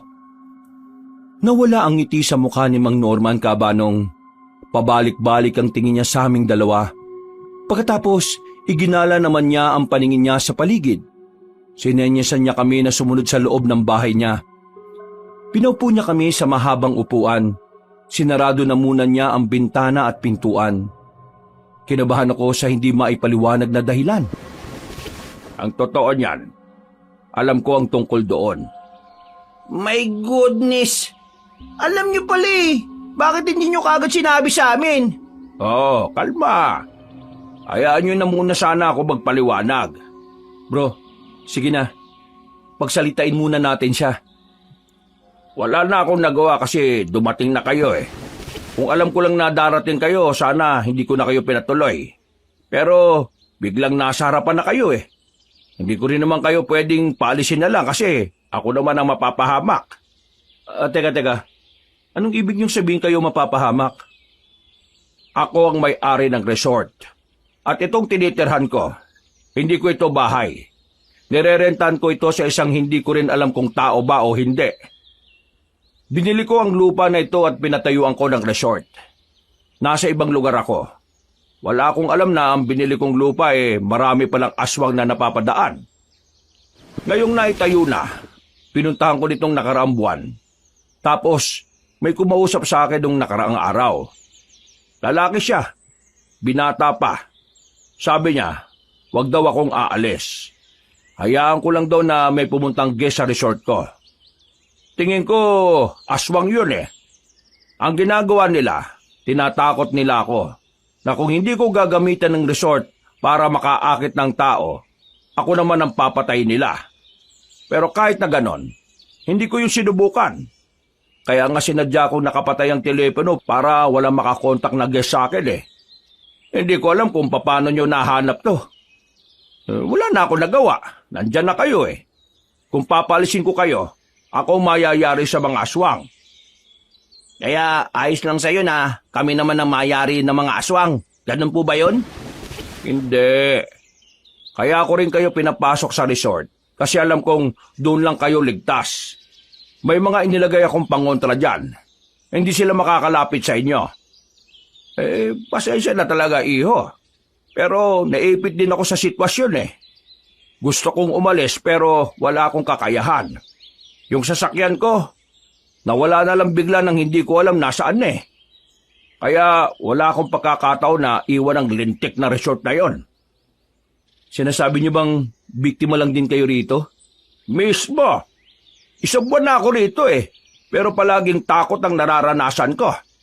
Minsan, may lalapit sa akin at nagtatanong kung kailan ako magkakaroon ng guest sa resort. Lagi akong pinagbabanta na kung wala pa rin bago matapos ang buwan ako nang papatay nila. Ay nako, nakakainis nga eh. Dapat kasi hindi na ako naniwala doon sa nagbenta ng lupa. Nauto kasi ako eh. Hindi na kami nakapagsalita pa ni Natoy sa sinabing yun na matandang si Norman. Para bang automatic na kaming naniwala sa kanya. Siguro dahil nakikita namin ang takot sa kung papaano siya kumilos at magsalita. Ang mga nalaman namin ay parang isang malaking bato na bumara sa lalamunan namin. Ilang minuto kaming hindi nakapagsalita hanggang sa makabalik kami ng resort. Tahimik lang kami ni hindi namin magawang makipagsaya sa mga kasama namin. Mas iniisip namin ni Natoy kung papaano masasabi sa mga kasama namin ang tungkol sa aswang nang hindi sila matatawa. Paano to pre? Kung hindi tayo aalis dito, baka magulat na lang tayo at takihin tayo ng aswang dito. Pero ang sabi ni Mang Norman, may nilagay naman siyang pangontra dito eh. Kung totoong meron yon, samantalahin natin na gumagana yun para kumbinsin silang may aswang. Maniniwala lang siguro sila kapag nakita na nila eh. Are you saying na hintayin natin ang mga aswang na pumunta rito sa resort na to? Eh kung yun lang ang paraan para maniwala sila eh, oo. Buwang, Paano kung hindi gumana yung sinasabi ni Mang Norman? Di lagas tayo. Hindi ko alam. Sumasakit ang ulo ko kakaisip eh. Dapat kasi nakinig tayo ron sa matandang babae, no? Malay ba naman natin kung totoo yun? Hindi naman natin siya kilala. Pero kay Mang Norman, na hindi rin natin kilala, naniwala tayo. Ay kung hindi tayo maniniwala at kung totoo ang mga aswang, di wala tayong nagawa. Ang mahalaga, may pinaniwalaan na tayo. May basihan na tayo para makapaghanda. Kailangan ko lang mag-isip kung paano sila kukumbinsihin eh. Kay Hogan sila nakikinig lahat eh. Kaya dapat makumbinsin na muna natin si Hogan bago sila. Kapag naniwala na siya, madali na lang niyang masasabi yun sa mga kasama natin. But the question is, how? Napakamot kaming pareho sa ulo. Natigilan lang ang usapan namin nang biglang dumating si Kenken. May kaning-kaning pa siya sa pisngi. Nag-aaway po ba kayo? Bakit hindi po kayo magsuntukan? Hindi kami nag-aaway, Kenken. Nag-uusap lang kami ng kuya mo. Ang tawag dito, healthy conversation. Ano po kayo ni Kuya Hogan eh? Bakit daw nagkukulong kayo sa kwarto? Sabi nila, magsyota daw po kayo. Bay, tarantado talaga yung taong yun ah. Napilitan na lang kaming lumabas nung oras na yon, Kabanong. Sinubukan naming makihalubilo sa kanila. Kahit na papaano, pansamantala kaming na-relax. Nabawasan ng kaunti ang isipin namin. Mga bandang hapon, maagang nalasing ang iba naming kasamahan.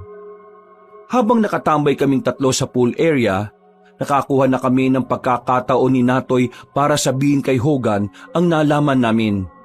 Pero sa halip na maniwala sa amin, natawa pa siya at binato pa kami ng hotdog sa muka. Pare ko naman, pambira naman to. Oh. Binabato mo kami ng pagkain. Anong problema mo, bro? Sorry hindi ko gusto yun. Natatawa lang ako sa mga pinagsasasabi niyo eh. Really? May aswang dito? At naniwala kayo doon sa caretaker? At siya kuno yung may-ari ng resort na to? Kung siya ang may-ari nito, dapat hindi ganun ang itsura niya. Bro, hindi ka nakikinig eh. Nasabi na namin kanina na trap yung matanda dito. Hindi siya makalis at makauwi sa kanila dahil binablockmail siya ng mga aswang. Ginagamit ng mga aswang yung matanda para makapambiktima sila ng mga tao. That's so stupid. Stop this nonsense, okay? Nandito tayo to have fun. Bakit sinisira niyo yung kasiyahan natin dito? Bakit kayo nagawa ng kwento para manakot ng mga tropa? Hindi ba kayo masaya? Sumama lang ba kayo rito para maging ganyan? Bro, this is Capiz. Alam ko. And there's nothing wrong with this place. Kayo lang naman ang nag-iisip ng kung ano-ano eh. Mga paranoid. Walang aswang, no? Walang ganun. Gawa-gawa lang ng mga matatanda yun. Para bago sila mamatay at mabulok sa lupa, matakot nila yung kabataan na makikitid ang utak. Di ako makapaniwala na pati kayo naniniwala. Hogan, pre, marami na nagsasabi sa amin. Nung una, si Malin. Kita mo, sa lahat ng mga kasama natin, si Malin lang ang naniniwala sa sinabi namin. Pangalawa, yung gumamot kay Malin. Binalaan niya kami na umuwi na lahat dahil meron nga talagang aswang dito. Pangatlo, yung tindero sa bilihan nyo ng pangus. Base kay Bernie. Sinabi rin nun na itong Villa Roma nadadaanan nga ng mga aswang. Tumutugma lahat sa sinasabi ni Mang Norman. Ano pa bang ebidensya ang kailangan mo, pre? Alam mo sa korte, hindi pwede yung sabi ni sabi ni ganito. Para maniwala ang judge doon, kailangan nyo ng ebidensya. Actual evidence, mga pre. Yung nakikita at nahahawakan, hindi yung puro sabi lang. May nakita akong aswang sa gubat habang nanguhuli kami ni Kenken ng gagamba. Yung aswang na yon, kumakain siya ng tao nung nakita ko. Yun ang dahilan kung bakit mo ako nakitang tulala kanina. Kwento mo yan eh. Malamang totoo yan. Hindi nga ako gumagawa ng kwento. Totoo yung sinasabi ko. Then show it to me, pre. Pakita nyo sa akin para maniwala talaga ako. Hindi yung sasabihin nyo sa akin na ganito, ganyan. Tapos wala naman maipakita. Alam nyo, Nakakadismaya kayong dalawa eh. Akala ko happy-happy tayo rito, pero sinisira niyo yung mood ko. Tumayo at umalis na lang si Hogan, Kabanong. Nagalit siya sa amin. Dahil doon, mas lalo kaming nawala ng pag-asa na kumbinsi ng lahat ng tropa. Nadagdagan pa ang sakit ng ulo ko. Ayun, agaya ng inaasahan. Never namang maniniwala yung taong yun sa mga kababalagan eh. Hindi natin siya pwedeng sisihin, pre. Dahil simula pa lang, kilala na natin si Hogan. Alam natin na maniniwala lang siya kung siya mismo ang makakakita. Hindi. Ayokong hintayin ng mga aswang para lang maniwala siya. O anong gagawin mo? Aalis kami rito ni Kenken. Kung gusto mo, sumama ka. Total, tayo dalawa lang naman ang nagkakaintindihan dito eh. Ibang ka na ba? Anong gagamitin mong sasakyan? Tingin mo, pahiramin ka nila? Hindi ka nila papayagang umalis, no? Lalo na si Hogan. Hindi ko naman kailangan ng approval nila eh. Kung hindi nila ako pahiramin ng sasakyan, gagawa ako ng paraan. Hahanap ako ng Tumigil ka! Huwag ka magpadalos-dalos. Baka nakakalimutan mo, hindi to tungkol sa'yo ha. Kasama mo kapatid mo. Isusugal mo ang buhay niya sa labas. Mas delikado sa labas kaysa dito sa loob eh. Hindi ko na alam. Visit ang buhay to oh. Gusto ko lang naman magkaroon ng magandang alaala yung kapatid ko sa ibang lugar eh. Tapos, ganito pa yung dadanasin niya. Hinawakan ko si Natoy sa balikat at inalug-alug siya ng bahagya. Pinakalma ko siya dahil nawawala na siya sa wisyo. Buti na lang ay nahimasmasan na rin siya ng ilang minuto lang ang nakalipas. Kaya nga, mas maiging huwag kayong aalis basta-basta. Kasi baka mas malaman ni Kenken kung ano ang nangyayari. Kung dito lang tayo sa bahay, hindi ganong delikado. Basta, hindi natin sasabihin sa kapatid mo to. Kaya, relax ka lang bro. Tumangot-tango siya bilang pagsang-ayon, Kabanong. Mga ilang oras lang ang lumipas, sumapit na rin ang kinagabihan. Tahimik ang buong resort. Halos lahat kasi ay nalasing nung hapon pa lang. Ang tanging gising lang noon ay ako, yung magkapatid at si Malen. Ako natatapos niyan. Sama mo na lang yung kapatid mo. Hindi na. Ikaw na nagugas kanina eh. Ako na to. Sigurado ka ba? Oo, ayos lang. O sige, samahan ko na lang muna yung kapatid mo. Natigilan kaming dalawa nang marinig naming sumigaw si Kenken sa itaas. Tumakbo kaming dalawa ni Natoy papunta roon. Pagtingin namin, nasa ilalim na ng kama si Kenken. Nanghinginig sa takot at umiiyak. Nakabukas ang bintana at malayang nakakapasok ang malamig na hangin. Kenken, anong nangyari? Kami na to. Uy, lumabas ka na dyan. Sinilip ko ang bintana. Meron akong nakitang lalaki na nanggaling sa gilid ng resort. Kaswal lang siyang naglalakad. Bumaba ako ulit at kumuha ng kutsilyo sa kusina. Lumabas ako para habulin ang lalaki, pero wala na siya. Gusto ko sanang tingnan sa labas, pero nakaramdam na rin ako ng takot kaya agad na rin akong bumalik sa loob. Kuya, meron po akong nakita. Ang pangit ng mukha niya. Nakakatakot. Tingin ko kuya, aswang yun. Pre, tawagan mo nga si Mang Norman. Sabihin mo, kailangan natin ng tulong niya. Nakapasok ka mo sa bakuran yung aswang. Wala na akong sinayang na pagkakataon, Kabanong. Mabilis akong nag-dial ng number ni Mang Norman. Agad din naman siyang sumagot. Halos pasigaw na akong nakikipag-usap sa kanya dahil sa inis. Hello, Mang Norman. Naririnig mo ba ako? Sinabi mo kanina na protektado ng pangontra tong bahay. Pero bakit may nakapasok na aswang sa resort? Ano yun? Kasinungalingan lang? Anong sinabi mo? Lumapit ang aswang sa inyo? Oo, at munti ka nang mapahamak ang kapatid ni Natoy. Sinabi ko ang pangontra ay para lang sa bahay. Hindi niya sakop ang bakuran. Sa loob lang mismo ng bahay. Hindi sila makakapasok dyan kaya huwag kayong mag-alala. Huwag kayong lalabas. Diyan lang kayo. Sige, sandali. Papunta ako dyan. Pinutol ko na ang tawag. Sa lakas ng pakikipag-usap ko, nagising na ang iba naming kasama. Pati na rin si Hogan. Nasa sala lang ako. Pinagtitinginan nila ako. Si Hogan ay iritado nang malaman kung ano ang nangyayari. Bro, ano naman to? Nag-usap na tayo nito, di ba? Munti ka nang madali ng aswang si Kenken. Kung kayo, ayaw niyong maniwala, bahala kayo. Pero kami, pinaghahandaan namin ang pagdating nila. Narinig kong parang nagpipigil ng tawang iba naming kasama. Bisit na ako. Parang gusto ko silang pagsasasampali ng talampakan ko sa sobrang inis. Ginagawa nilang katatawanan ng nangyayari. Palibhasa mga laki sa yaman at mga spoiled brat. Tingnan mo, walang gustong maniwala sa inyo, pre, oh. Napaparanoid lang kayo. Eh ano yung nangyari kay Kenken? Ano yun? Trip niya lang na sumigaw? Ken is traumatized sa past niya. Maybe, nagmamanifest lang uli. Dumating si Natoy galing sa taas. Dala-dala na niya si Kenken na hindi pa rin tumitigil sa pag-iyak.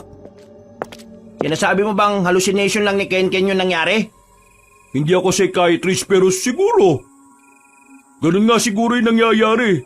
Hallucination. Kilala ko kapatid ko, no? Hindi siya nag-hallucinate. Totoo sinasabi niya. At nakita ko rin yung lalaki. So nasaan? Biglang nawala eh. O si? Wala. Wala kayong mapakita. Kaya please lang, no? Huwag nyo nang sirain tong kasiyahan natin. Pera ako na susi. Aalis na lang kami. Uwi na kami. Walang nagsalita. Walang nagbigay ng susi ng sasakyan. Lahat nakatunganga lang. Kahit si Hogan din. Mas lalong nang galaiti si Natoy. Pakiramdam niya, walang pakialam sa amin ng mga kasama namin. Si Hogan din, parang ibang tao. Kaya ayaw na ayaw namin siyang nag-iinom kasi kumikitid ang utak. Okay, fine. Walang magpapairam? Sige. Pero walang sisyan kapag umatake ang mga aswang dito at maraming nga pahamak, ha? Guys, listen. Aswang is real. Totoo sila. Hindi sila katang-isip lang na matatanda. Sinasabi ko ito sa inyo, hindi para ipilit na maniwala kayo. Gusto lang namin na magkaroon kayo ng ideya. Para aware din kayo if ever na makapasok sila rito. Okay, wala nang pagtatalo. Hindi na namin ipipilit. Kayo, bahala na kayo. Magsaya kayo sa labas. Kami, dito lang kami sa loob. Di ako makapaniwala na ganyan pala tingin nyo sa akin. Isang katatawanan. Palibasa kasi, hindi naman ako kasing yaman ninyo eh. Kaya tingin nyo sa akin, joke lang eh. Magmula ngayon ha, bahala na kayo. Maniwala na po kayo sa amin. Totoo po talaga ang mga aswang. Nakakatakot po sila. Yaman sila, Ken. Hindi na natin dapat pinipilit ang mga taong sarado ang isip.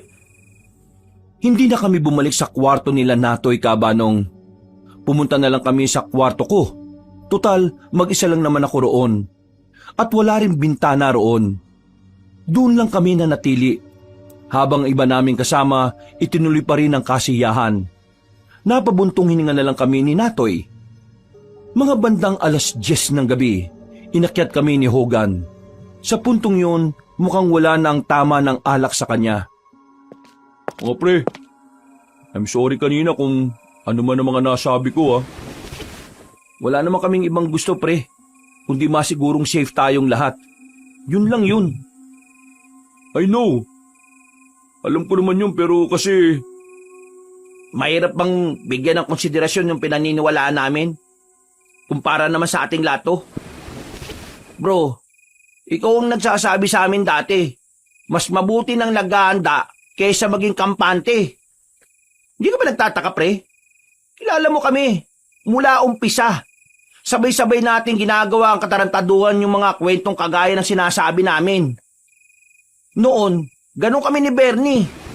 Pero, iba ngayon, pre. Iba. Sa parte pa lang na bigla kaming naniwala sa ganun. Dapat magtaka ka na eh. Pre, ganito na lang isipin mo ah. Ako ang unang nagsabi nung nakaraan na safe ang copies. Kasi hindi naman totoo ang aswang, di ba? Nakipagtalo pa nga ako sa utol ko about that eh. At itong si Natoy, kinababanasan niya yung tita niya kasi naniniwala sa aswang. Tingin mo, trip lang namin na biglang magbago yung paniniwala namin? Ay nako, hindi ko gustong nagkakasamaan tayo ng loob dahil lang sa... Ha? Sino yun? Sino sumigaw? Gagi! Si Malin! Nauna kaming tumakbo sa labas ni Hogan. Nakita na lang namin si Malin na umiiyak at inaalalayan na ng mga kasama namin. Ayon kay Malin, merong lalaki na pangit ang muka na bigla na lang humila sa kanya habang nasa gilid siya ng gate. Nahawakan siya sa braso kaya nakalmot siya at dumugo. Buti na lang nahila siya pabalik ng mga tropa. Kung hindi, baka tuluyan na siyang nakuha. Noong mga oras na yun, Kabanong, naniwala na sila. Sila mismo kasi ang nakakita ng aswang sa labas. At dahil doon, nakumbinsi na rin si Hogan na ang mga aswang na sinasabi namin ay hindi katang-isip lang. Anak ng tokot baboy naman, oh! Ano? Naniniwala ka na ba, pre? Lahat kayo! Dito sa sala! Pasok! Sandaling umalis si Hogan. Nagulat na lang kami nang bigla siyang may dalang baril. Nagpaputok siya ng isang beses sa taas, pero wala namang nagpakitang aswang sa amin. Nanatili lang kaming tahimik habang nakikiramdam sa paligid. Alo, mga aswang! Lumabas kayo! Papasabugin ko yung mga bungo ninyo! Bro, halika na rito. Pag-usapan na lang natin kung paano tayo makakalis dito. Tulala, balisa at walang umiimik sa mga tropa. Nabigla sila sa mga nangyari. Para silang mga batang umiiyak. Pati mga lalaki, takot na takot. Hindi sila makatingin sa amin ng diretsyo ni Natoy. Samantala, pinag-usapan naman namin kung paano kami makakalis ng lugar na yon nang hindi nakikita ng mga aswang. Nagdadalawang isip na kami kung tatakbo kami papasok ng van.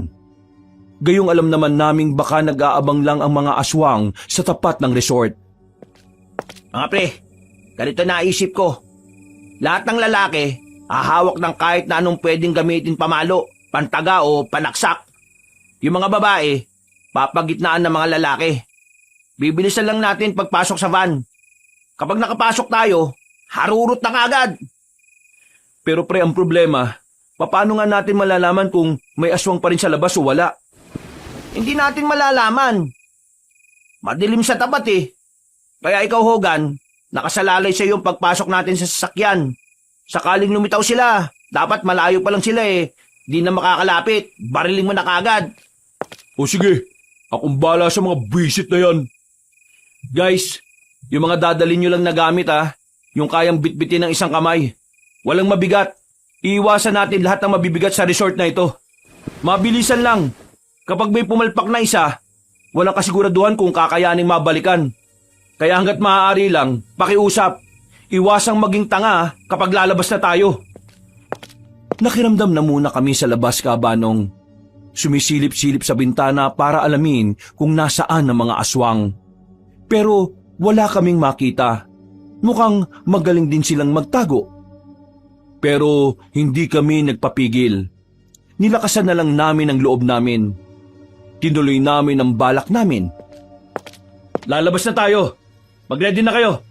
In 3, 2, 1, takbo! Boys, pagitaan niyo mga babae! Nasunod naman ang mga napag-usapan namin. Si Hogan nakabantay sa paligid gamit ang baril na dala niya. Pero nang makalabas na kami ng gate at makalapit sa mga van na dala namin, nanlumo kami nang makitang tanggal na ang lahat ng gulong ng sasakyan namin.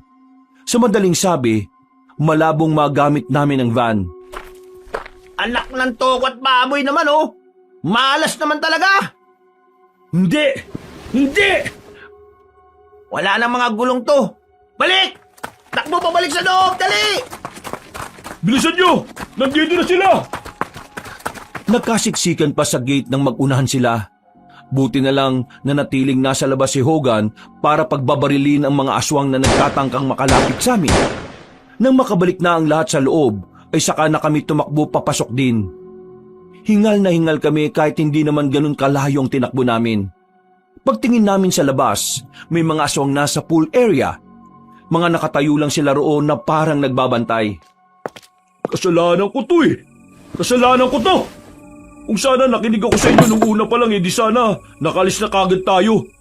Kung sana hindi ko pinili yung maling pangatlong kalsada kanina, edi sana wala tayo rito. Dumaan tayo sa maling daan eh, kaya tayo napadpad dito. Kasalanan, Manahimik ka na nga. Walang sumisisi sa'yo. Ogan, hindi kita sinisisi. Alam ko naman na kung ikaw ang unang nakakita ng mga nakita namin, gagawa ka rin naman ng paraan para makalis tayo eh. Wala na tayong panahon para magsisihan. Hindi tong oras para magturuan. Ang kailangan natin, mag-isip kung paano tayo makakalis dito. Wala kang kasalanan, Hogan. Lahat tayo pumayag sa daan na yun eh. At hindi ka rin naman namin masisisi kung mas mabilis kaming naniwala sa'yo. So ngayon, ang naiisip ko lang na paraan ay hintayin natin mag-umaga. Baka kapag sumikat ng araw mawala na yung mga yan. Erika, Joyce, bigyan niyo muna si Malin ng first aid. Sa iba, pumalma kayo. Hindi sila makakapasok dito sa bahay. Merong pangontra na nilagay si Mang Norman dito. Nanahimik na ang lahat, Kabanong. Walang bumalik sa mga kwarto nila. Lahat kami ay nasa sala. Ako naman, nakabantay lang sa bintana. Sinisilip ang mga aswang na nag-aabang sa labas. Ang iba naming kasamahan ay nakatulog na sa kakaiyak. Habang kaming tatlo, gising na gising. ay nako, nawiwindang ako sa mga nangyayari bro. Parang para sa akin, panaginip to eh. Bangungot. Hindi ako makapaniwala na nangyayari to. Bro, kalma lang. Hanggat nandito tayo at gumagana ang pangontra ni Mang Norman, walang mangyayaring masama sa atin. Makakalis tayo dito. Hindi ako papayag na may masama rin mangyari sa kapatid ko. Paano kung sa umaga nandiyan pa rin ang mga yan? Kung sakaling ganun nga ang mangyari, kailangan na nating lumabas para harapin ang mga yan. Ramdam ko ang pangamba base sa malalim na paghinga ni Hogan. Biglang naging malamya si Hogan nung oras na yon nang dahil sa takot. Pinapalakas na lang namin ang kalooban niya. Kahit sa totoo lang, pinanghihinaan din kami ni Natoy ng loob. Pre, ano na kayang nangyari kay Mang Norman? Baka naman napahamak na siya ah. Yun nga rin ang iniisip ko eh. Hindi sumasagot sa mga tawag ko.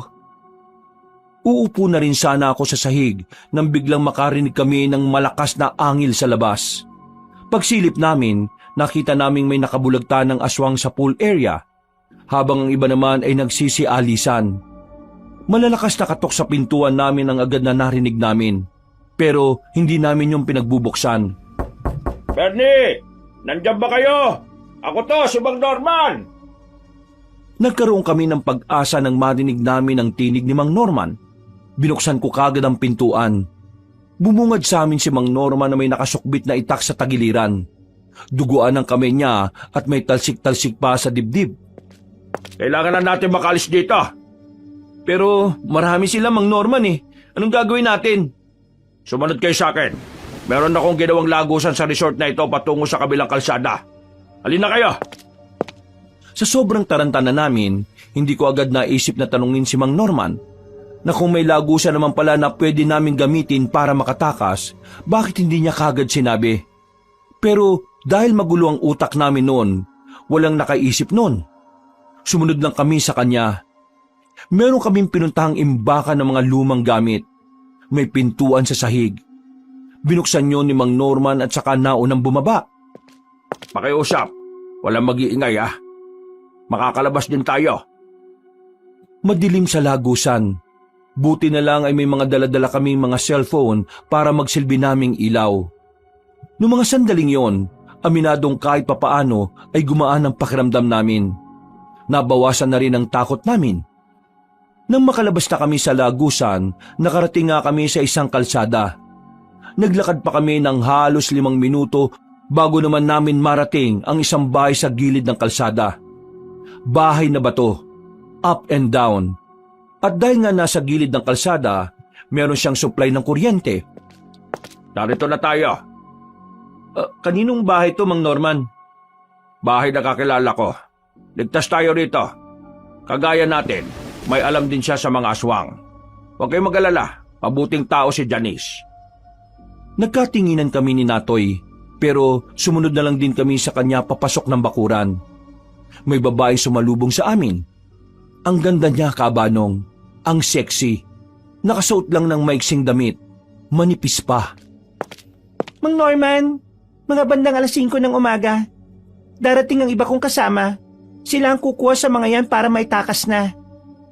Pasensya ka na Inabala pa kita. Kailangan lang talaga ng tulong nito mga guest ko. Walang problema. Malaki ang utang na loob ko sa inyo. Kaya maliit na bagay lang ito. Sige na, ipasok mo na sila sa loob dahil malamig dito sa labas. Makalipas ang ilang oras, walang nakasunod sa amin na aswang. Nakahinga kami ng maluwag. Idagdag pa na may susundo na sa amin para makaalis na roon. Nakampante ang kalooban namin, Kabanong. Pero habang nagyoyosi ako sa labas, lumabas din si Natoy. Nilapitan niya ako at nakisindi. O, kumusta? Tulog na kapatid mo? Napatulog na ni Joyce. Tingin ko, bet ka niya ni Joyce. Kanina pa nagkukusang loob na asikasuhin si Kenken eh. Hindi ko iniisip yan, pre. Ang iniisip ko, si Mang Norman. O bakit? Anong meron? Wala ka bang napapansin? May mga bagay na hindi nagtutugma eh. Gaya ng... Nasabi niya sa atin na dayo lang din siya dito sa Capiz. At natrap lang din siya sa resort. Mahigit 1 buwan pa lang siya dito base sa kwento niya pero tingnan mo, meron siyang kakilala rito. At base sa usapan nila, parang matagal na sila magkakilala. Yung Janice kanina, parang may utang na loob pa nga kay Mang Norman eh. At ito pa ang pinagtataka ko, pre. Pinatay niya yung mga aswang sa labas kanina. 3 aswang yun, pre. Pinatay niya. Para sa isang senior citizen, hindi niya yung magagawa ng mag-isa lang. Unless may kapangyarihan siya, parang si Superman, di ba? Napansin ko nga rin, yung itak niya, walang dugo. Pero yung kamay niya, meron. Ano yun? Kamay ang ginamit niya sa pagpaslang ng mga aswang kanina? At hindi yung itak? Ang totoo nga niyan, may napansin din akong mali kanina eh. Ang sabi niya, trap siya sa resort dahil sa mga aswang. Pero kung may lagusan naman palang sikreto sa resort, bakit hindi niya yung gamitin para makatakas?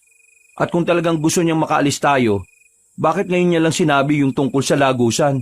Pwede namang kahapon pa, di ba? Like, sabi niya na in case of emergency, merong way para makaalis tayong lahat. Pero wala siyang sinabi. Pre, masama ang kutob ko.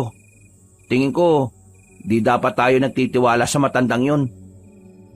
Nakita pa namin si Mang Norman na dumungaw sa bintana.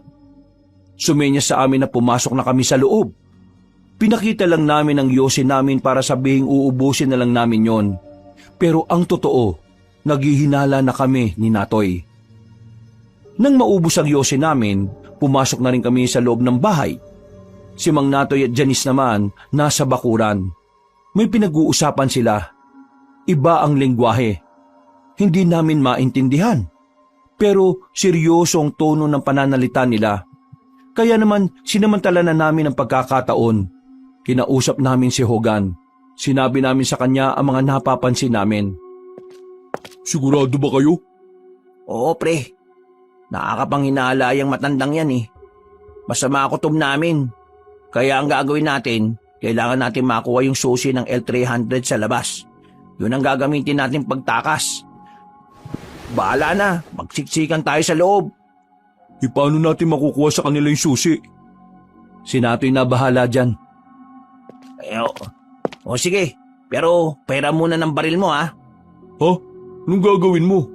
Basta, magtiwala ka lang sa akin. Kapag tinutukan ko na si Mang Norman, ilabas nyo na kaagad yung mga kasama natin. Pakiuna yung kapatid ko ha. Iagis ko sa inyo yung susi kapag nakuha ko na. Kinakabahan ako ng malala noon, Kabanong. Pakiramdam kasi namin, kaunting galaw lang namin ay may mangyayaring masama sa amin. Pero sumugal kami noon dahil alam naming wala ng ibang paraan kundi ang isugal ang natitira naming pag-asa.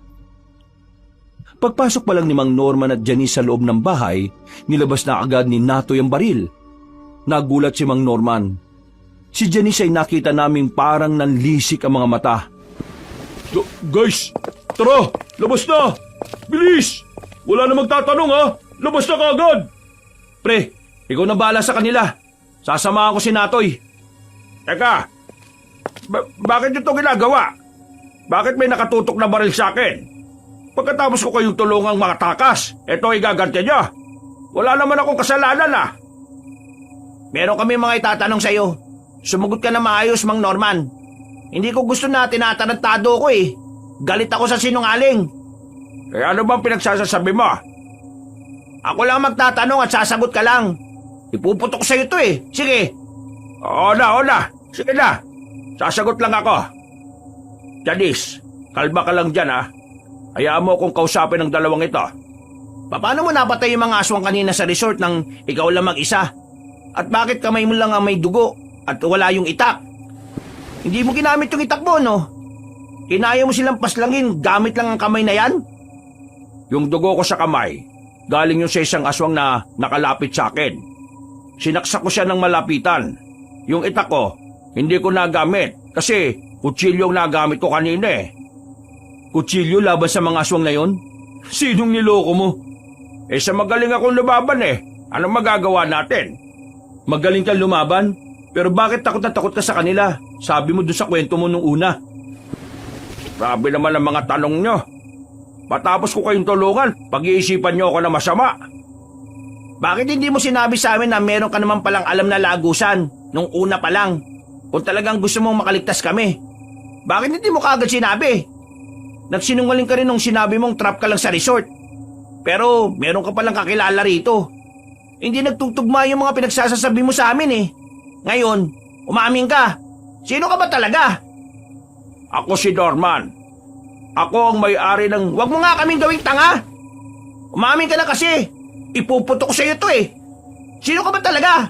Isa ka rin bang aswang? Ah? Ako? Aswang? Nahihibang ka na bang tao ka? O sige, kung hindi ka aswang, ibigay mo sa akin yung susi ng L300 na nasa labas. Hindi na umaandar ang sasakyan na yon. Mainit ang makina ng L300. Hindi nyo kami maloloko, no? Ibigay nyo sa amin ang susi ng sasakyan. Kung hindi, ipuputok-utok agad sa inyo. Oo, sige. Ibibigay namin ang susi para bilang patunay na mabuti kaming tao at hindi kami aswang. Hinagis agad ni Natoy ang susi sa labas at agad din namang kinuha yon ni Hogan. Nang marinig na namin nag-start na ang sasakyan, nagkatinginan kami ni Natoy para ituloy na ang susunod naming plano. Naibigay na namin ang susi. Baka pwedeng ibaba mo na yung baril at pag-usapan natin ang mga bagay-bagay. Aswang ka! Binigay ko na nga susi para patunayan na hindi ako aswang eh. Ano pa bang pwede kong gawin para maliwala ka? Kapag pinutok ko sa iyo to at namatay ka, ibig sabihin tao ka lang. Pero kapag nagawa mong ilagan ng balang ito, ibig sabihin aswang ka. Sandali! Mabilis na nakailag si Mang Norman. Gumapang yun papunta sa ikalawang palapag ng bahay. Si Janice naman ay binasag ang bintana at saka tumalon palabas. Noong mga sandaling yun, kumpirmado na naming aswang din si Mang Norman at ang babaeng kasama niya. Nagmamadali kaming tumakbo. Nakita namin silang dalawa sa bubungan. Akmang tatalon sila palapit sa amin pero pinagbababaril yun ni Natoy. Tinamaan niya si Janice at agad din naman yung bumulagta. Gumulong pababa at bumagsak ng wala ng buhay. Dahil doon, nagalit si Mang Norman. Umangil yun ng malakas. Anak nang, wala nang bala! Eh di ano pang gagawin natin? Takbo na! Palabas na sana kami ng bakuran nang biglang tumalon si Mang Norman at tumarang sa daraanan namin. Dumampot na lang ako ng malaking bato sa gilid. Nakita na lang namin na lumabas na si Hogan ng L300. Pinasa niya ang pagmamaneho kay Benji. Tumakbo ng mabilis si Hogan at saka pinalo ng tubo sa ulo si Mang Norman. Pero hindi yun sumapat para mapatumba namin siya. Sinakal niya si Hogan at binato ko naman si Mang Norman ng hawak kong bato. Tinamaan siya sa ulo at sa sandaling yun, nakaramdam na siya ng hilo. Tumakbo na kami palapit sa L300. Papasok na sana kami sa likuran, pero biglang naiwan si Natoy. Umandar na kami noon, pero sabay kaming tumalo ni Hogan para bumalik. Hindi namin kayang iwan si Natoy noon, kaya pinauna na namin makaalis ang iba naming kasama. Anong akala niyo? Makakatakas kayo? Hindi! Hinila na niya si Natoy pabalik sa loob, pero hindi kami pumayag. Kahit na natatakot, buong tapang naming nilapitan si Mang Norman. Sinuntok siya sa muka pero walang talab. Kaya ang ginawa ni Hogan, tinusok niya ang mga mata na matanda gamit ang daliri. Nang mabitiwan niya si Natoy, ang ginawa ko naman ay dinakma ko ang pagkalalaki niya at saka pinisil ko ng madiin. Halos mamilipit siya nung mga sandaling yon, Kabanong. Pinalo ko pa ulit ng tubo sa ulo kaya nagkaroon na kami ng pagkakataon na makatakas. Tumakbo kami paalis pero hindi na namin naabutan ang mga kasama namin. Sa sobrang taranta kasi ni Benji, hindi na niya kami binalikan. Pero inisip na lang namin na tama lang ang ginawa niya para masiguro na ang kaligtasan nila. Isko! Isko! Akala ko hindi na tayo makakatakas sa mga yun. Pahinga lang saglit. Alis din tayo kagad. Sigurado kong mahanap niya tayo kung hindi tayo makakalayo rito. Mga bro, salamat Binalikan niyo pa talaga ako. Malamang, alangan namang iwan ka namin, edi hindi na tayo kompleto. Hindi ako nagdalawang isip na magpaiwan. Hindi ko kaya makita na ligtas ako tapos kayo nasa panganib. Ganito siguro talaga ang tunay na pagkakaibigan. Pero mas masaya kung makakatakas tayo rito. Ano, okay na ba kayo? Teka, nasan yung baril ko? Eto, bakit may bala ka pa ba? Wala na, tatago ko yan. Kay Tito yung gagi. Matapos ang halos 10 minutong pagpapahinga, lumabas na rin kami sa likuran ng nakaparadang abandonadong minibus. Tumingin-tingin kami sa paligid. Wala kaming nakitang kahit na sino. Wala rin kaming naririnig na sinyalis ni Mang Norman. Yung pala, nakatuntong lang pala siya sa puno at naghihintay lang kung saan kami lalabas. Naku, katapusan na ba natin to? Paldo-paldo na sana ang okasyon sa susunod na linggo kung hindi lang nakatakas ang iba. Dahil sa inyo, mawawala ng handa ang kaarawan ka. Gagawin mo kaming panganda sa birthday mo? Abay, loko ka bali. Wala ka bang pambili ng karne? Ginawa ko ang lahat na makakaya ko para lang maagaw kayo sa ibang aswang. Para lang masolo ko kayong lahat. Tapos, sisirain nyo lang ang lahat lang yon. Ibig sabihin, pinrotektahan mo kami sa ibang aswang kasi may masamang bala ka rin pala sa amin. Isa ka rin palang siraulo Wala na akong pakialam sa kaarawan ko. Ipapatikim ko sa inyo ang galit ko. Kakainin ko kayo ng buhay. Bumaba na siya sa puno. Lalapit na sana siya sa amin nang biglang may marinig kaming paparating na tricycle. Tumigil ang tricycle na yon sa harapan namin. Bumaba ang driver at bumunot ng itak. Oh, ikaw yung... Sinabihan ko na kayo, hindi ba? Ngayon, ito ang napala ninyo. Gumilit kayo. Ako ang bahala rito. Kahit na kailan, epal talaga kayo mga manunugis kayo Ang dami nyo ng biniktima. Mga taong gusto lang naman makapag-relax. Pero hindi na nakakabalik ng buhay sa mga pamilya nila. Ikaw, isa ka sa pasibono. Kanina pa kita hinahanap Nandito ka lang pala. Dito ka na rin malalagutan ng hininga. Kaya humanda ka ngayon. Hindi ako natatakot sa'yo, hayop ka. Gumapang na mabilis si Mang Norman palapit sa manong na tindero. Makailang beses na pinagkakakalmot ng aswang yung matandang lalaki. Pero kahit natatamaan yon, hindi yun natitinag. Nakita na lang namin na dumistansya na si Mang Norman. May tama na yun sa braso. Yung tindero naman, duguan na ang kaliwang kamay. Pero parang wala lang sa kanya yon. Namamangha kami noon, Kabanong. Para kaming nanonood ng live action. Hindi kami makapaniwala na may taong gaya ng tinderong yon. Ang lakas ng katawan niya. Parang hindi nasasaktan. Masyado ka ng makulit Isasama na rin kitang manunugis ka. Muling lumusob si Mang Norman. Pero bago pa siya makalapit, bumunot ito ng tirador at binalahan ng holen. Pinukulan niya ang aswang sa bandang noo. Nang mapatigil si Mang Norman, lumapit agad ang tendero at tinaga sa leeg. Sinundan pa ng 2 taga sa ulo. At sa sandaling yon, tuluyan ang bumagsak ang matandang aswang. Kalaunan, namatay na rin yon. Sumakay na kayo. Ang galing nyo naman, Manong. Huwag kayo masyadong bumilib. Marami pang aswang dito sa amin at itong napatay ko, sanga pa lang ito. Matagal ng problema dito ang mga kagaya nila. Kaya inuunti-unti namin. Wala pa ito. Saka pa lang kami matutuwa kapag naubos na namin sila. Maraming salamat pa rin po. Niligtas nyo kami.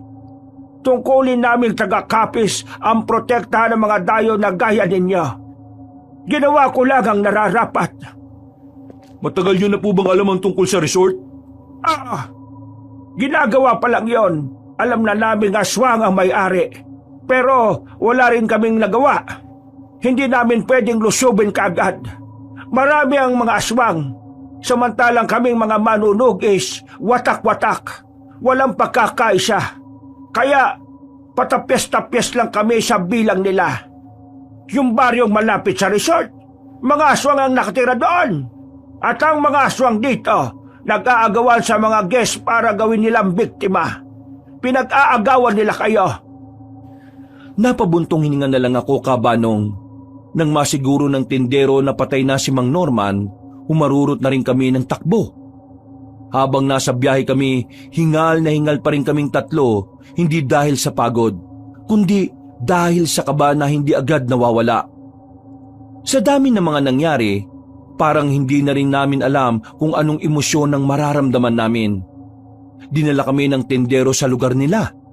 Doon, puro tao na ang mga nakatira. Panatag na ang kalooban namin na walang mangyayaring masama habang naroon kami. Sa katunayan, inaasikaso nila kami. Marami silang sinabi sa amin. Mga bagay na tungkol sa madilim na kasaysayan at ang ugnayan ng mga aswang sa mga pagpatay.